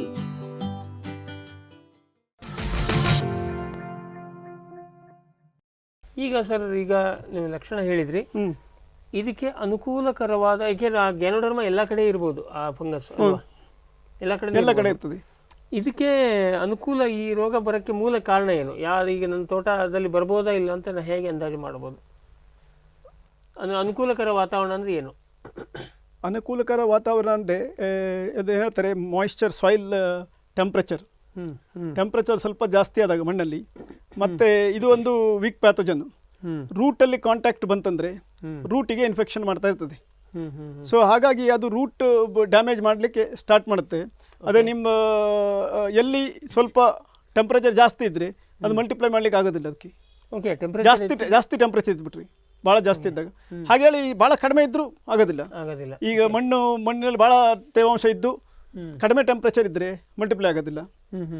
ಸೊ ಭಾಳ ಜಾಸ್ತಿ ಇದ್ದರೂ ಆಗೋದಿಲ್ಲ. ಇನ್ ಬಿಟ್ವೀನ್ ಇದ್ದಾಗ ಒಳ್ಳೆ ಮಲ್ಟಿಪ್ಲೈ ಆಗ್ತದೆ. ಸೊ ಹಾಗಾಗಿ ಅದನ್ನು ಸ್ಟಡಿ ಮೊದಲೇ ಮಾಡಿದ್ದಾರೆ ಎಷ್ಟು ಟೆಂಪ್ರೇಚರ್ ಇದ್ದರೆ ಹೇಗೆ ಒಳ್ಳೆ ಫೇವರೇಬಲ್ ಗ್ರೋತ್ ಆಗುತ್ತೆ. ಇದು ನಮ್ಮ ತುಮಕೂರು ಭಾಗದಲ್ಲಿ ಭಾಳ ಇದೆ ಅಂತ. ಅದೇ ಈ ಏರಿಯಾದಲ್ಲಿ ಇದೆ. ಇಲ್ಲಿ ಮಣ್ಣು ಒಣ ಮಣ್ಣು ಇರುತ್ತೆ, ಉಷ್ಣತೆ ಸಾಕಷ್ಟು ಇರುತ್ತೆ, ಅದು ಅನುಕೂಲ. ಆ ಟೈಪ್ ಇರೋದು ಅನುಕೂಲ. ಮತ್ತೆ ಮಣ್ಣಿನಲ್ಲಿ ಇಲ್ಲಿ ಮರಳ ಅಂಶ ಕಡಿಮೆ ಇರ್ತದೆ, ಬಟ್ ಕ್ಲೇ ಅಂಶ ಇದೆ. ಮತ್ತೊಂದು ಇರಿಗೇಷನ್ ಟೈಪು, ಸಮ್ಮರಲ್ಲಿ ಅವರು ಫ್ಲಡ್ ಇರಿಗೇಷನ್ ಮಾಡ್ತಾರೆ. ಬಹಳ ಕಡೆ ನೀವು ನೋಡಿರ್ಬೋದು, ಫ್ಲಡ್ ಇರಿಗೇಷನ್ ಮಾಡ್ತಾರೆ. ಈಗೆಲ್ಲ ಕಡಿಮೆ ಆಗಿದೆ. ಒಂದು ಮರಕ್ಕೆ ಇದ್ರೆ ಮತ್ತೊಂದು ಮರಕ್ಕೆ ಹರಡ್ಕೊಂಡು ಹೋಗ್ತದೆ. ಯಾಕೆಂತಂದ್ರೆ ಇಡೀ ಸಾಯಿಲ್ ಅಲ್ಲಿ ನಿಮ್ಮ ಫಂಗಸ್ ಸ್ಪ್ರೆಡ್ ಆಗಿರ್ತದೆ. ಹ್ಯೂಮಿಡಿಟಿ ಸ್ವಲ್ಪ ಮಟ್ಟಿಗೆ ಫಂಗಸ್ಸಿಗೆ ಬೇಕಾದಷ್ಟು ಆಗ್ತದೆ, ಯಾಕೆಂದ್ರೆ ಟೆಂಪರೇಚರ್ ಹೈ, ಹ್ಯೂಮಿಡಿಟಿ. ಹಾಗಾಗಿ ಅದು ಮಲ್ಟಿಪ್ಲೈ ಆಗೋದು ಕಾಮನ್ ಮಣ್ಣು. ಈಗ ಬಹುತೇಕ ಈ ಒಣ ಪ್ರದೇಶಗಳಲ್ಲಿ ಮೈದಾನ ಪ್ರದೇಶದಲ್ಲಿ ಜಾಸ್ತಿ ಇದೆ ಸಮಸ್ಯೆ, ಜಾಸ್ತಿ ಇದೆ. ಸೊ ಇದರಲ್ಲಿ ಮತ್ತಿನ್ನೇನು ಸಾಯಿಲ್ pH ಅಂತಿಂಥದ್ದೇನು? ಸಾಯಿಲ್ pH ಬಗ್ಗೆ ಭಾಳಷ್ಟೇನು ಇದಾಗಿಲ್ಲ. ಅಲ್ಲೂ ಕೂಡ ಸ್ಟಡಿ ಆ ಟೈಪ್ ಸ್ಟಡಿಗಳು ಭಾಳಷ್ಟು ಆಗಿಲ್ಲ. ಮಣ್ಣಿನ pH ವೆದರ್ ಅಫೆಕ್ಟ್ ಮಾಡಿದೆಯೋ ಅಥವಾ ಇದರಿಂದ ಅಫೆಕ್ಟ್ ಆಗಿದೆಯೋ ಅಂತೇಳಿ. ಆದರೆ ಅದು ಈ ಭಾಗದಲ್ಲಿ ಜಾಸ್ತಿ, ಮೈದಾನ ಪ್ರದೇಶ ಜಾಸ್ತಿ ಇರ್ತದೆ. ಇಲ್ಲ ಕೋಸ್ಟಲಲ್ಲೂ ಇದೆ, ಬಟ್ ಕಡಿಮೆ ಇಲ್ಲಿ ಎಷ್ಟು ಬರೋದಿಲ್ಲ. ಈಗ ಬಹುಶಃ ಅಣಬೆ ಬರುವ ಹಂತ ಬಂತು ಅಂದ್ರೆ ಮರ ಸತ್ತೋಗ್ತದೆ. ಅಣಬೆ ಬರುವ ಹಂತ ತಟ್ಟಿದಾಗ ಮರ ಆಲ್ರೆಡಿ ಡ್ಯಾಮೇಜ್ ಆಗಿರ್ತದೆ, ಕಂಪ್ಲೀಟ್ ಆಲ್ಮೋಸ್ಟ್ ಕೊಳ್ತೋಗಿರ್ತದೆ. ಹಾಗಾಗಿ ಅದನ್ನ ಆ ಹಂತಕ್ಕೆ ಬರೋದಂಗೆ ಮಾಡ್ಕೋಬೇಕು ಆದಷ್ಟು. ನಮಗೆ ಇನಿಷಿಯಲ್ ಸ್ಟೇಜಲ್ಲೇ ಗೊತ್ತಾದರೆ ನಮ್ಮ ಇದರೊಳಗೆ ಬರ್ತಾ ಇದೆ, ಇದು ಬೇರುಗಳು ಕೊಳ್ತಾ ಇದ್ದೇವೆ ಅಥವಾ ಬೇರದ ಬುಡದಲ್ಲಿ ಇದು ಕಪ್ಪಾಗಿದೆ ಕಾಂಡ, ಇದು ಬರ್ತಾ ಇದೆ ಅಂತ ಹೇಳಿದ್ರೆ ಆಗ ಅದನ್ನ ಪ್ರೊಟೆಕ್ಟ್ ಮಾಡ್ಕೊಳ್ಬೇಕು. ಅದಕ್ಕೆ ಸರ್, ಈಗ ಸಣ್ಣ ಗಿಡ ದೊಡ್ಡ ಗಿಡ ಆ ಥರ ಏನೋ ಭೇದ ಭಾವ ಇದೆ ಅಥವಾ ಎಲ್ಲ ಏಜ್ ಗ್ರೂಪಿಗೆ ಬರುತ್ತಾ? ಎಲ್ಲ ಏಜ್ ಗ್ರೂಪಲ್ಲೂ ಬರ್ತದೆ. ಸಣ್ಣ ಗಿಡಗಳಿಗೆ ಸ್ವಲ್ಪ ಕಡಿಮೆ, ಸ್ವಲ್ಪ ಏಜ್ ಆದಮೇಲೆ ಅದಕ್ಕೆ ಕಾಂಡ ಬರ್ತದಲ್ಲ, ಆ ಏಜಲ್ಲಿ ಜಾಸ್ತಿ ಕಾಂಡ. ಸ್ವಲ್ಪ 10 ವರ್ಷ ಆದ್ಮೇಲೆ ಗಿಡಗಳಿಗೆಲ್ಲ ಜಾಸ್ತಿ ಯಾವುದೇ ಗಿಡಕ್ಕೂ ಬರ್ಬೋದು. ಇನಿಷಿಯಲ್ ಇನ್ಫೆಕ್ಷನ್ ಬರ್ತದೆ. ನಾವು ಆರ್ಟಿಫಿಷಿಯಲಿ ನಾವು ಲ್ಯಾಬಲ್ಲೆಲ್ಲ ತಗೊಂಡೋಗಿ ಸೀಡ್ಲಿಂಗ್ಸ್ ತಗೊಬಂದು ಹಾಕಿದ್ರೆ ಇನ್ಫೆಕ್ಷನ್ ಬರ್ತದೆ, ಅದಕ್ಕೆ ಸಾಯ್ತದೆ. ಆದರೆ ಫೀಲ್ಡಲ್ಲಿ ನಾವು ನೋಡಿರೋದು ಅಂತ ಸೀಡ್ಲಿಂಗ್ಸಿಗೆಲ್ಲ ಆ ಟೈಪ್ ಆಗಿ ಗ್ಯಾನೋಡರ್ಮ ಬಂದು ಇನ್ಫೆಕ್ಷನ್ ಆಗಿ ಸಾಯೋದು ಕಡಿಮೆ, ದೊಡ್ಡ ಮರಕ್ಕೆ ಹೆಚ್ಚು. ಈಗ ಸರ್ ನಾವು ಅದು ಬಂದ ಮೇಲೆ ನಿರ್ವಹಣೆ ಆಮೇಲೆ ನೋಡೋಣ. ಈಗ ಬರಲಾರ್ದಂಗೆ ನಮ್ಮ ಗ್ಯಾನೋಡರ್ಮ, ಯಾಕೆಂದ್ರೆ ಇದು ಬಂದರೆ ತೋಟನೇ ಸತ್ತೋಗ್ತದೆ. ಇನ್ನೊಂದು ಸರ್, ಈಗ ಬಂದಮೇಲೆ ಕಾಮನ್ ಆಗಿ ಇಡೀ ತೋಟ ಹೋಗ್ತದ? ಈಗ ಹಳದಿ ಎಲೆ ರೋಗದಂಗೆ ಎಲ್ಲ ಕಡೆ ಹೋಗ್ತದ ಅಥವಾ ಒಂದೊಂದು ಇಲ್ಲೊಂದು ಮರ ಹೋಗ್ತದ? ಇದು ಹಾಗೆ ಅಲ್ಲೊಂದು ಅಂತಂದ್ರೆ ಸ್ಪ್ರೆಡ್ ಆದಾಗೆ ಸ್ಲೋಲಿ. ನೀವು ಹಳದಿ ಎಲೆ ರೋಗದಂಗೆ ಒಂದೇ ಸಲ ಎಲ್ಲ ಹಳದಿ ಆಗೋದಿಲ್ಲ, ಒಂದೇ ಸಲ ಎಲ್ಲ ಮರನು ಸಾಯೋದಿಲ್ಲ. ಸ್ಲೋಲಿ ಒಂದು ಕಡೆಯಿಂದ ಸ್ಪ್ರೆಡ್ ಆಗ್ತಾ ಇರ್ತದೆ ಫಂಗಸ್ ಮಣ್ಣಿಂದ. ಈಗ ಸ್ಲೋ ಸ್ಪ್ರೆಡ್ಡಿಂಗ್. ಈ ಉಳಿದಿದ್ದು ಫಂಗಸ್ ಆಗಿ ಸ್ಪೋರ್ಯುಲೇಟ್ ಆಗಿರೋದು ಗಾಳಿಯಲ್ಲಿ ಹರಡೋಯ್ತು ಆ ಟೈಪ್ ಅಲ್ಲ, ಸ್ಲೋಲಿ ಆಗಿ ಸ್ಪ್ರೆಡ್ ಆಗ್ತದೆ. ಎಲ್ಲಿ ರೂಟಿಂದ ಕಾಂಟ್ಯಾಕ್ಟು, ಈಗ ಒಂದು ರೂಟಿಂದ ಮತ್ತೊಂದು ರೂಟ್ ಒಳಗಡೆ ಬೇರಿಂದ ರೋಗದ ಮರಗಳ ಬೇರುಗಳು ಮತ್ತೊಂದು ಮರದ ಬೇರಿಗೆ ತಾಗಿ ಅದು ಸ್ಲೋಲಿ ಎಸ್ಟಾಬ್ಲಿಷ್ ಆಗುತ್ತದೆ. ಅದು ಬಹಳ ಟೈಮ್ ತಗೊಳ್ತದೆ, ಅಷ್ಟು ಜಲ್ದಿ ಆಗೋದಿಲ್ಲ. ಯಾಕಂದ್ರೆ ಇದು ಸ್ಲೋ ಗ್ರೋಯಿಂಗ್ ಫಂಗಸ್. ಇದು ನಾವು ಫಂಗಸ್ ಅನ್ನ ನಮ್ಮ ಲ್ಯಾಬಲ್ಲಿ ತಂದು ಹಾಕಿದ್ರು ಕೂಡ, ಈಗ ಫೈಟಾಪ್ತರಾ ಒಂದು ಫಂಗಸ್, ಇದೊಂದು ಫಂಗಸ್, ಎರಡು ನಮ್ಮ ಮೀಡಿಯಂ ಬೆಳೆದ್ರೆ ಫೈಟಾಪ್ತರಾ ಇದನ್ನು ಒಂದು ವಾರದಲ್ಲಿ ಫುಲ್ ನಿಮ್ಮ ಪ್ಲೇಟ್ ಅಲ್ಲಿ ಕವರ್ ಇರ್ತದೆ. ಇದಕ್ಕೆ 15 ದಿನ ಆದ್ರೂ ಇಷ್ಟೇ ಸಣ್ಣ ಗ್ರೋತ್ ಬಂದಿರ್ತದೆ, ನಿಧಾನ ಗ್ರೋತ್. ಆದರೆ ಇನ್ನು ಇದರೊಳಗೆ ಸ್ಲೋಲಿ ಎಸ್ಟಾಬ್ಲಿಷ್ ಆಗಿರುತ್ತೆ. ಅದು ಹೂವನ್ನಾಗಿ ಕಂಪ್ಲೀಟ್ ರೂಟ್ ಟು ರೂಟ್ ಅದು ಕಂಪ್ಲೀಟ್ಲಿ ಎಸ್ಟಾಬ್ಲಿಷ್ ಆಗಿರುತ್ತೆ ರೂಟಿಗೆ. ಆಮೇಲೆ ಹಂಗ ಬೇರಿಂದ ಬೇರಿಗೆ ಪ್ರಸಾರ ಆಗುತ್ತೆ. ಆಮೇಲೆ ನೀರನ್ನು ಹರಿಬಿಡೋದ್ರಿಂದ ಇನಾಕುಲಮ್ ವಿಲ್ ಬಿ ಕಂಪ್ಲೀಟಿಂಗ್ ಸಾಯಿಲಿಗೆ ಎಲ್ಲ ಕಡೆ ಮಣ್ಣಿನಲ್ಲಿ ಇನಾಕುಲಮ್ ಬರ್ತದೆ. ಇದು ಬಿಟ್ಟು ಇನ್ನು ಯಾವ ಥರ ತೋಟದಲ್ಲಿ ಈ ಸಮಸ್ಯೆ ಬರುತ್ತೆ ಅಂತ ಹೇಳ್ತೀರಾ? ನಾವು ಈಗ ನನ್ನ ತೋಟಕ್ಕೆ ಬರಬಾರ್ದು ಅಂದರೆ, ಅಥವಾ ನಮ್ಮ ಪಕ್ಕದ ತೋಟದಲ್ಲಿ ಬಂದಿದೆ, ಮೊನ್ನೆ ಒಬ್ಬರು ರೈತರು ಕೇಳ್ತಾ ಇದ್ರು, ಪಕ್ಕದ ತೋಟದಲ್ಲಿ ಬಂದಿದೆ, ನಮ್ಮ ತೋಟಕ್ಕೆ ಬರಲಾರ್ದಂಗೆ ನಾ ಹೆಂಗೆ ನೋಡ್ಕೋಬೇಕು? ಒಂದು ಅಂದರೆ ಪಕ್ಕದ ತೋಟದಲ್ಲಿ ಬಂದರೆ ಆದಷ್ಟು ಪಕ್ಕದ ತೋಟದಿಂದ ನಿಮ್ಮ ಗಿಡಗಳನ್ನು ಸಣ್ಣ ಸಸಿಗಳನ್ನು ಅಥವಾ ಏನಾದರೂ ಮಣ್ಣು ಆದಷ್ಟು ಅವಾಯ್ಡ್ ಮಾಡಿ. ಅಲ್ಲಿಂದ ಸಂಪರ್ಕ ಸಂಪರ್ಕ ಯಾಕೆಂತಂದ್ರೆ ಇದು ಮಣ್ಣಿನಲ್ಲಿ ಅಥವಾ ಗಿಡದ ಬೇರುಗಳಲ್ಲಿ ಎಲ್ಲ ಇನ್ಫೆಕ್ಟೆಡ್ ಇರ್ತದೆ. ಅಲ್ಲಿ ಗಿಡದ ಸಸಿಗಳನ್ನು ತಂದು ನೆಡೋದ್ರಿಂದ ನಿಮ್ಮ ಗಾರ್ಡನಿಗೆ ಮತ್ತೆ ಸ್ಪ್ರೆಡ್ ಆಗ್ತಾ ಇರುತ್ತೆ. ಸೊ ಅದನ್ನ ಇದು ಒಂದೇ ರೋಗಕ್ಕೆ ಅಂತಲ್ಲ, ನಿಮ್ಗೆ ಗೊತ್ತು ಎಲ್ಲ ರೋಗಗಳು ನಾವು ಹೇಳ್ತೇವೆ. ರೋಗ ಪೀಡಿತ ಗಾರ್ಡನ್ ಇಂದ ನಿಮ್ಮ ಗಾರ್ಡನ್ ತಂದು ಕೊಟ್ಟರೆ ಅಲ್ಲಿ ಬರ್ತದೆ. ಗೊತ್ತಾಗಿದೆ ಎಲ್ಲರಿಗೂ. ಹಾಗೆ ಮಣ್ಣಿನಲ್ಲಿ ಇದ್ದೇ ಇರುತ್ತೆ. ಮಣ್ಣಿನಿಂದ ಬೇರೆ ಬೆಳೆಗಳು ಅದೊಂದೇ ಅಲ್ಲ, ನೀವು ಬೇರೆ ಯಾವುದೇ ತರಕಾರಿ ಅಥವಾ ಬೇರೆಗಳಿಂದ ಸ್ಪ್ರೆಡ್ ಆಗೋದು ಹಾಗೆ. ಸೊ ಹಾಗಾಗಿ ಆದಷ್ಟು ತೋಟ ನಿಮ್ಮ ಫಸ್ಟ್ ಮಾಡೋದು ಅಂತಂದ್ರೆ, ಬೇರೆಯವ್ರ ತೋಟ ನಿಮ್ಮ ಪಕ್ಕದಲ್ಲಿ ಇದೆ ಅಂತಂದ್ರೆ ಆ ತೋಟದಿಂದ ಆದಷ್ಟು ತರಬೇಕಾದ್ರೆ ಹುಷಾರಿಂದ ಏನು ತರಬೇಕು ನಿಮ್ಮ ತೋಟ. ಮನುಷ್ಯರ ಮುಖಾಂತರ ಹೇಳ್ಬೋದಾ? ಮನುಷ್ಯರ ಮುಖಾಂತರ ಅಂತಂದ್ರೆ ಬಹಳ ಮಣ್ಣಿನ ಮುಖಾಂತರ ಬರ್ಬೋದು, ಬಟ್ ಅದು ಅಷ್ಟೊಂದು ಶೀಘ್ರ ಇದಾಗಲಿಕ್ಕಿಲ್ಲ. ಮಣ್ಣಿನಲ್ಲಿ ನಿಮ್ಮ ತೋಟದಲ್ಲಿ ಹಾದು ನಾನು ಬಂದ ಅಷ್ಟು ಜಲ್ದಿ ಆಗೋದಿಲ್ಲ. ಆದ್ರೆ ಮಣ್ಣಿನಲ್ಲಿ ಬರತಕ್ಕಂಥ ಕೆಲವೊಮ್ಮೆ ಸ್ಪೋರ್ಟ್ಸ್ಗಳು ನಿಮ್ಮ ಬೂಟಿಗೆ ಅಥವಾ ಇದಕ್ಕೆ ಅಂಟಾಗಿದ್ದು ಇಲ್ಲಿ ಬಂದು ಬಿಡ್ಬೋದು. ಹಾಗೆ ನೋಡ್ತಾ ಹೋದ್ರೆ ಎಲ್ಲ ಕಡೆ ಇರ್ಬೋದು, ಸ್ಪ್ರೆಡ್ ಆಗ್ಬೋದು. ಆದ್ರೆ ಎಲ್ಲ ಕಡೆ ಬರೋದಿಲ್ಲ ಅಂತ ಕೇಳ್ಬೋದು ನೀವು. ಎಲ್ಲ ಕಡೆ ಫಂಗಸ್ ಬಂದಿರ್ತದೆ, ಅಲ್ಲಿ ಏನು ರೋಗ ಬಂದಿಲ್ಲ, ನಮ್ಮ ತೋಟಕ್ಕೆ ಮಾತ್ರ ಯಾಕೆ ಬಂದಿರ್ತದೆ ಅಂತ. ಅದು ಎಲ್ಲ ಕಡೆ ಬರ್ತದೆ, ಬಟ್ ಎಲ್ಲದಕ್ಕೂ ರೋಗ ಆಗೋದಿಲ್ಲ. ಅದಕ್ಕೆ ಫೇವರೇಬಲ್ ಕಂಡೀಷನ್ ಕ್ರಿಯೇಟ್ ಆದಲ್ಲಿ ಮಾತ್ರ ರೋಗ ಬರ್ತದೆ. ಫಂಗಸ್ ಬಂದಲ್ಲೆಲ್ಲ ಬರೋದಿಲ್ಲ. ನೀವು ಹೇಳ್ದಂಗೆ ಈ ನೆಗ್ಲೆಕ್ಟೆಡ್ ಗಾರ್ಡನಲ್ಲಿ ಹೆಚ್ಚು ನೆಗ್ಲೆಕ್ಟೆಡ್ ಗಾರ್ಡನಲ್ಲಿ ಹೆಚ್ಚು. ಒಂದು ಅಂತಂದ್ರೆ ಇದಕ್ಕೆ ನಾವು ಹೇಳೋದು ಎಲ್ಲಿ ಒಂದು ಡ್ರೈನೇಜ್ ಪ್ರಾಪರ್ ಇರಬೇಕು. ಓಕೆ. ಯಾಕೆಂತಂದ್ರೆ ಈಗ ತುಮಕೂರು ಸೈಡ್ ಆಗಲಿ ಇದ್ರಾಗಲಿ ನೀವು ನೋಡಿದ್ರೆ ನೀರು ಹರಿಸಿದ್ರೆ ನೀರು ಹಾಗೆ ಇರ್ತದೆ, ಇಲ್ಲಿ ಜಲ್ದಿ ಆರೋದಿಲ್ಲ. ಅಂಟು ಮಣ್ಣು ಇರ್ತದೆ ಒಳಗಡೆ, ಸಿಲ್ಟ್ ಪ್ರಮಾಣ ಜಾಸ್ತಿ ಇರ್ತದೆ, ಇದು ಒಳಗಡೆ ಹಾಗೆ ಇರುತ್ತೆ. ಸೊ ಅವರಿಗೆ ಸರ್ ಕಾಲುವೆ ಮಾಡೋಕೆ ನೀರಿಲ್ಲ, ಕಾಲುವೆ ಮಾಡ್ಲಿಕ್ಕೆ ಆಗೋದಿಲ್ಲ. ಆದರೆ ಒಂದು ಕಡೆಯಿಂದ ರೋಗ ಬಂದಿದೆ ಅಂತ ಆದರೆ ಆ ರೋಗಕ್ಕೆ ಅದಕ್ಕೆ ಇವನ್ ತೆಂಗಿಗಾಗಲಿ ಅಡಿಕೆಗಾಗಲಿ ಹೇಳ್ತೀವಿ, ಅದಕ್ಕೆ ಟ್ರಂಚ್ ಮಾಡಿಬಿಡಿ. ಅದರಿಂದ ಬೇರುಗಳು ಮತ್ತೊಂದು ಬೇರಿಗೆ ತಾಗದೆ. ದಾಳಿಂಬೆ ವಿಲ್ಟಲ್ಲೂ ಇದೇ ಮಾತು ಬರುತ್ತೆ, ಅಂದ್ರೆ ಕಂದಕ ಹೊಡೆದು ಬಿಡೋದು ಸುತ್ತಲೂ ಅದ್ರದ್ದು ಬೇರು ಹೆಲ್ದಿ ಮರಕ್ಕೆ ತಾಗಬಾರ್ದು ಅಂತೇಳಿ ತೆಂಗಿನ ಅದೊಂದು ಇದಿದೆ. ಆದಷ್ಟು ಬೇರಿನ ಮುಖಾಂತರ ಸ್ಪ್ರೆಡ್ ಆಗ್ತದೆ, ಅದನ್ನ ಬೇರೆ ಇದಕ್ಕೆ ತಾಗಬಾರ್ದು. ಆಮೇಲೆ ಒಂದು ಮರ ಸತ್ತಿದೆ ಮತ್ತೆ ಅಲ್ಲಿ ನೆಡಬೇಕಾದ್ರೆ ಬಹಳ ಹುಷಾರಿಬೇಕು. ಆ ರೋಗ ಬಂದು ಸತ್ತಿದ್ರೆ ಆ ಮರದ ಬುಡ ಪೂರ್ಣ ತೆಗೆದು ಸುಟ್ಟು ಹಾಕ್ಬೇಕು. ತೋಟದಲ್ಲಿ ಮರ ಕಟ್ ಮಾಡಿ ಬಿದ್ದಿದ್ರೆ ಅದ್ರೊಳಗಡೆ ಕಟ್ ಮಾಡಿದ ಮರದ ಬುಡದ ಬೇರೆ ಎಲ್ಲ ಅಲ್ಲೇ ಅಣಬೆ ಬಂದಿರ್ತದೆ. ಹಾಗೆ ನೀವು ಅಲ್ಲಿ ಹೊಸದಾಗಿ ನೀವು ಗಿಡ ನೆಡಬೇಕಾದ್ರೆ ಅದನ್ನ ಕಂಪ್ಲೀಟ್ ಸಾಯಿಲ್ ಇಂದ ತೆಗೆದು ಅಲ್ಲಿ ಸುಟ್ಟರಷ್ಟು ಆಸೆಗೆ ಬೆಂಕಿ ಹಾಕಿ ಅಲ್ಲಿ ನೀವು ಮತ್ತೆ ಆ ಟೈಪ್ ಮಾಡಬೇಕು. ಇಲ್ಲ ಅಂತಂದ್ರೆ ನೀವು ಮತ್ತೆ ಅದೇ ಗಿಡದಲ್ಲಿ ಅದೇ ಜಾಗದಲ್ಲಿ ಬೇರೆ ನೆಡ್ತದೆ ಮತ್ತೆ ಬರ್ತಾ ಇರ್ತದೆ.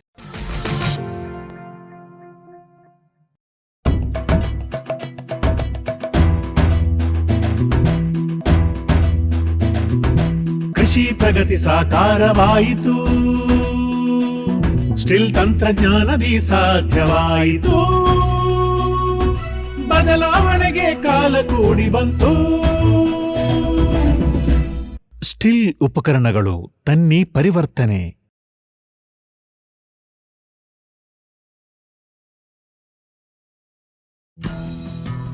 ಜೈನ್ಸ್ ಜಗತ್ತಿನ ಅತಿದೊಡ್ಡ ಅಂಗಾಂಶ ಕೃಷಿ ಪ್ರಯೋಗಾಲಯ ಹಾಗೂ ಟಿಸಿ ಗಿಡಗಳ ಉತ್ಪಾದಕರು. ಸಮೃದ್ಧ ಇಳುವರಿಗೆ ಜೈನ್ ಜೀನೇನ್, ಯಾಲಕ್ಕಿ, ನೇಂದ್ರನ್ ಹಾಗೂ ಕೆಂಪು ಬಾಳೆ ಸಸಿಗಳು, ದಾಳಿಂಬೆ ಭಗವತಳಿಯ ರೋಗಮುಕ್ತ ಸಸಿಗಳು, ಲಕ್ನೋ 49 ಪೇರಳೆ, ಸ್ಟ್ರಾಬೆರಿ ಇತ್ಯಾದಿ ಗಿಡಗಳು ಯೋಗ್ಯ ಬೆಲೆಯಲ್ಲಿ. ಅಂಗಾಂಶ ಕೃಷಿಯ ಜಾಗತಿಕ ಬ್ರ್ಯಾಂಡ್ ಜೈನ್.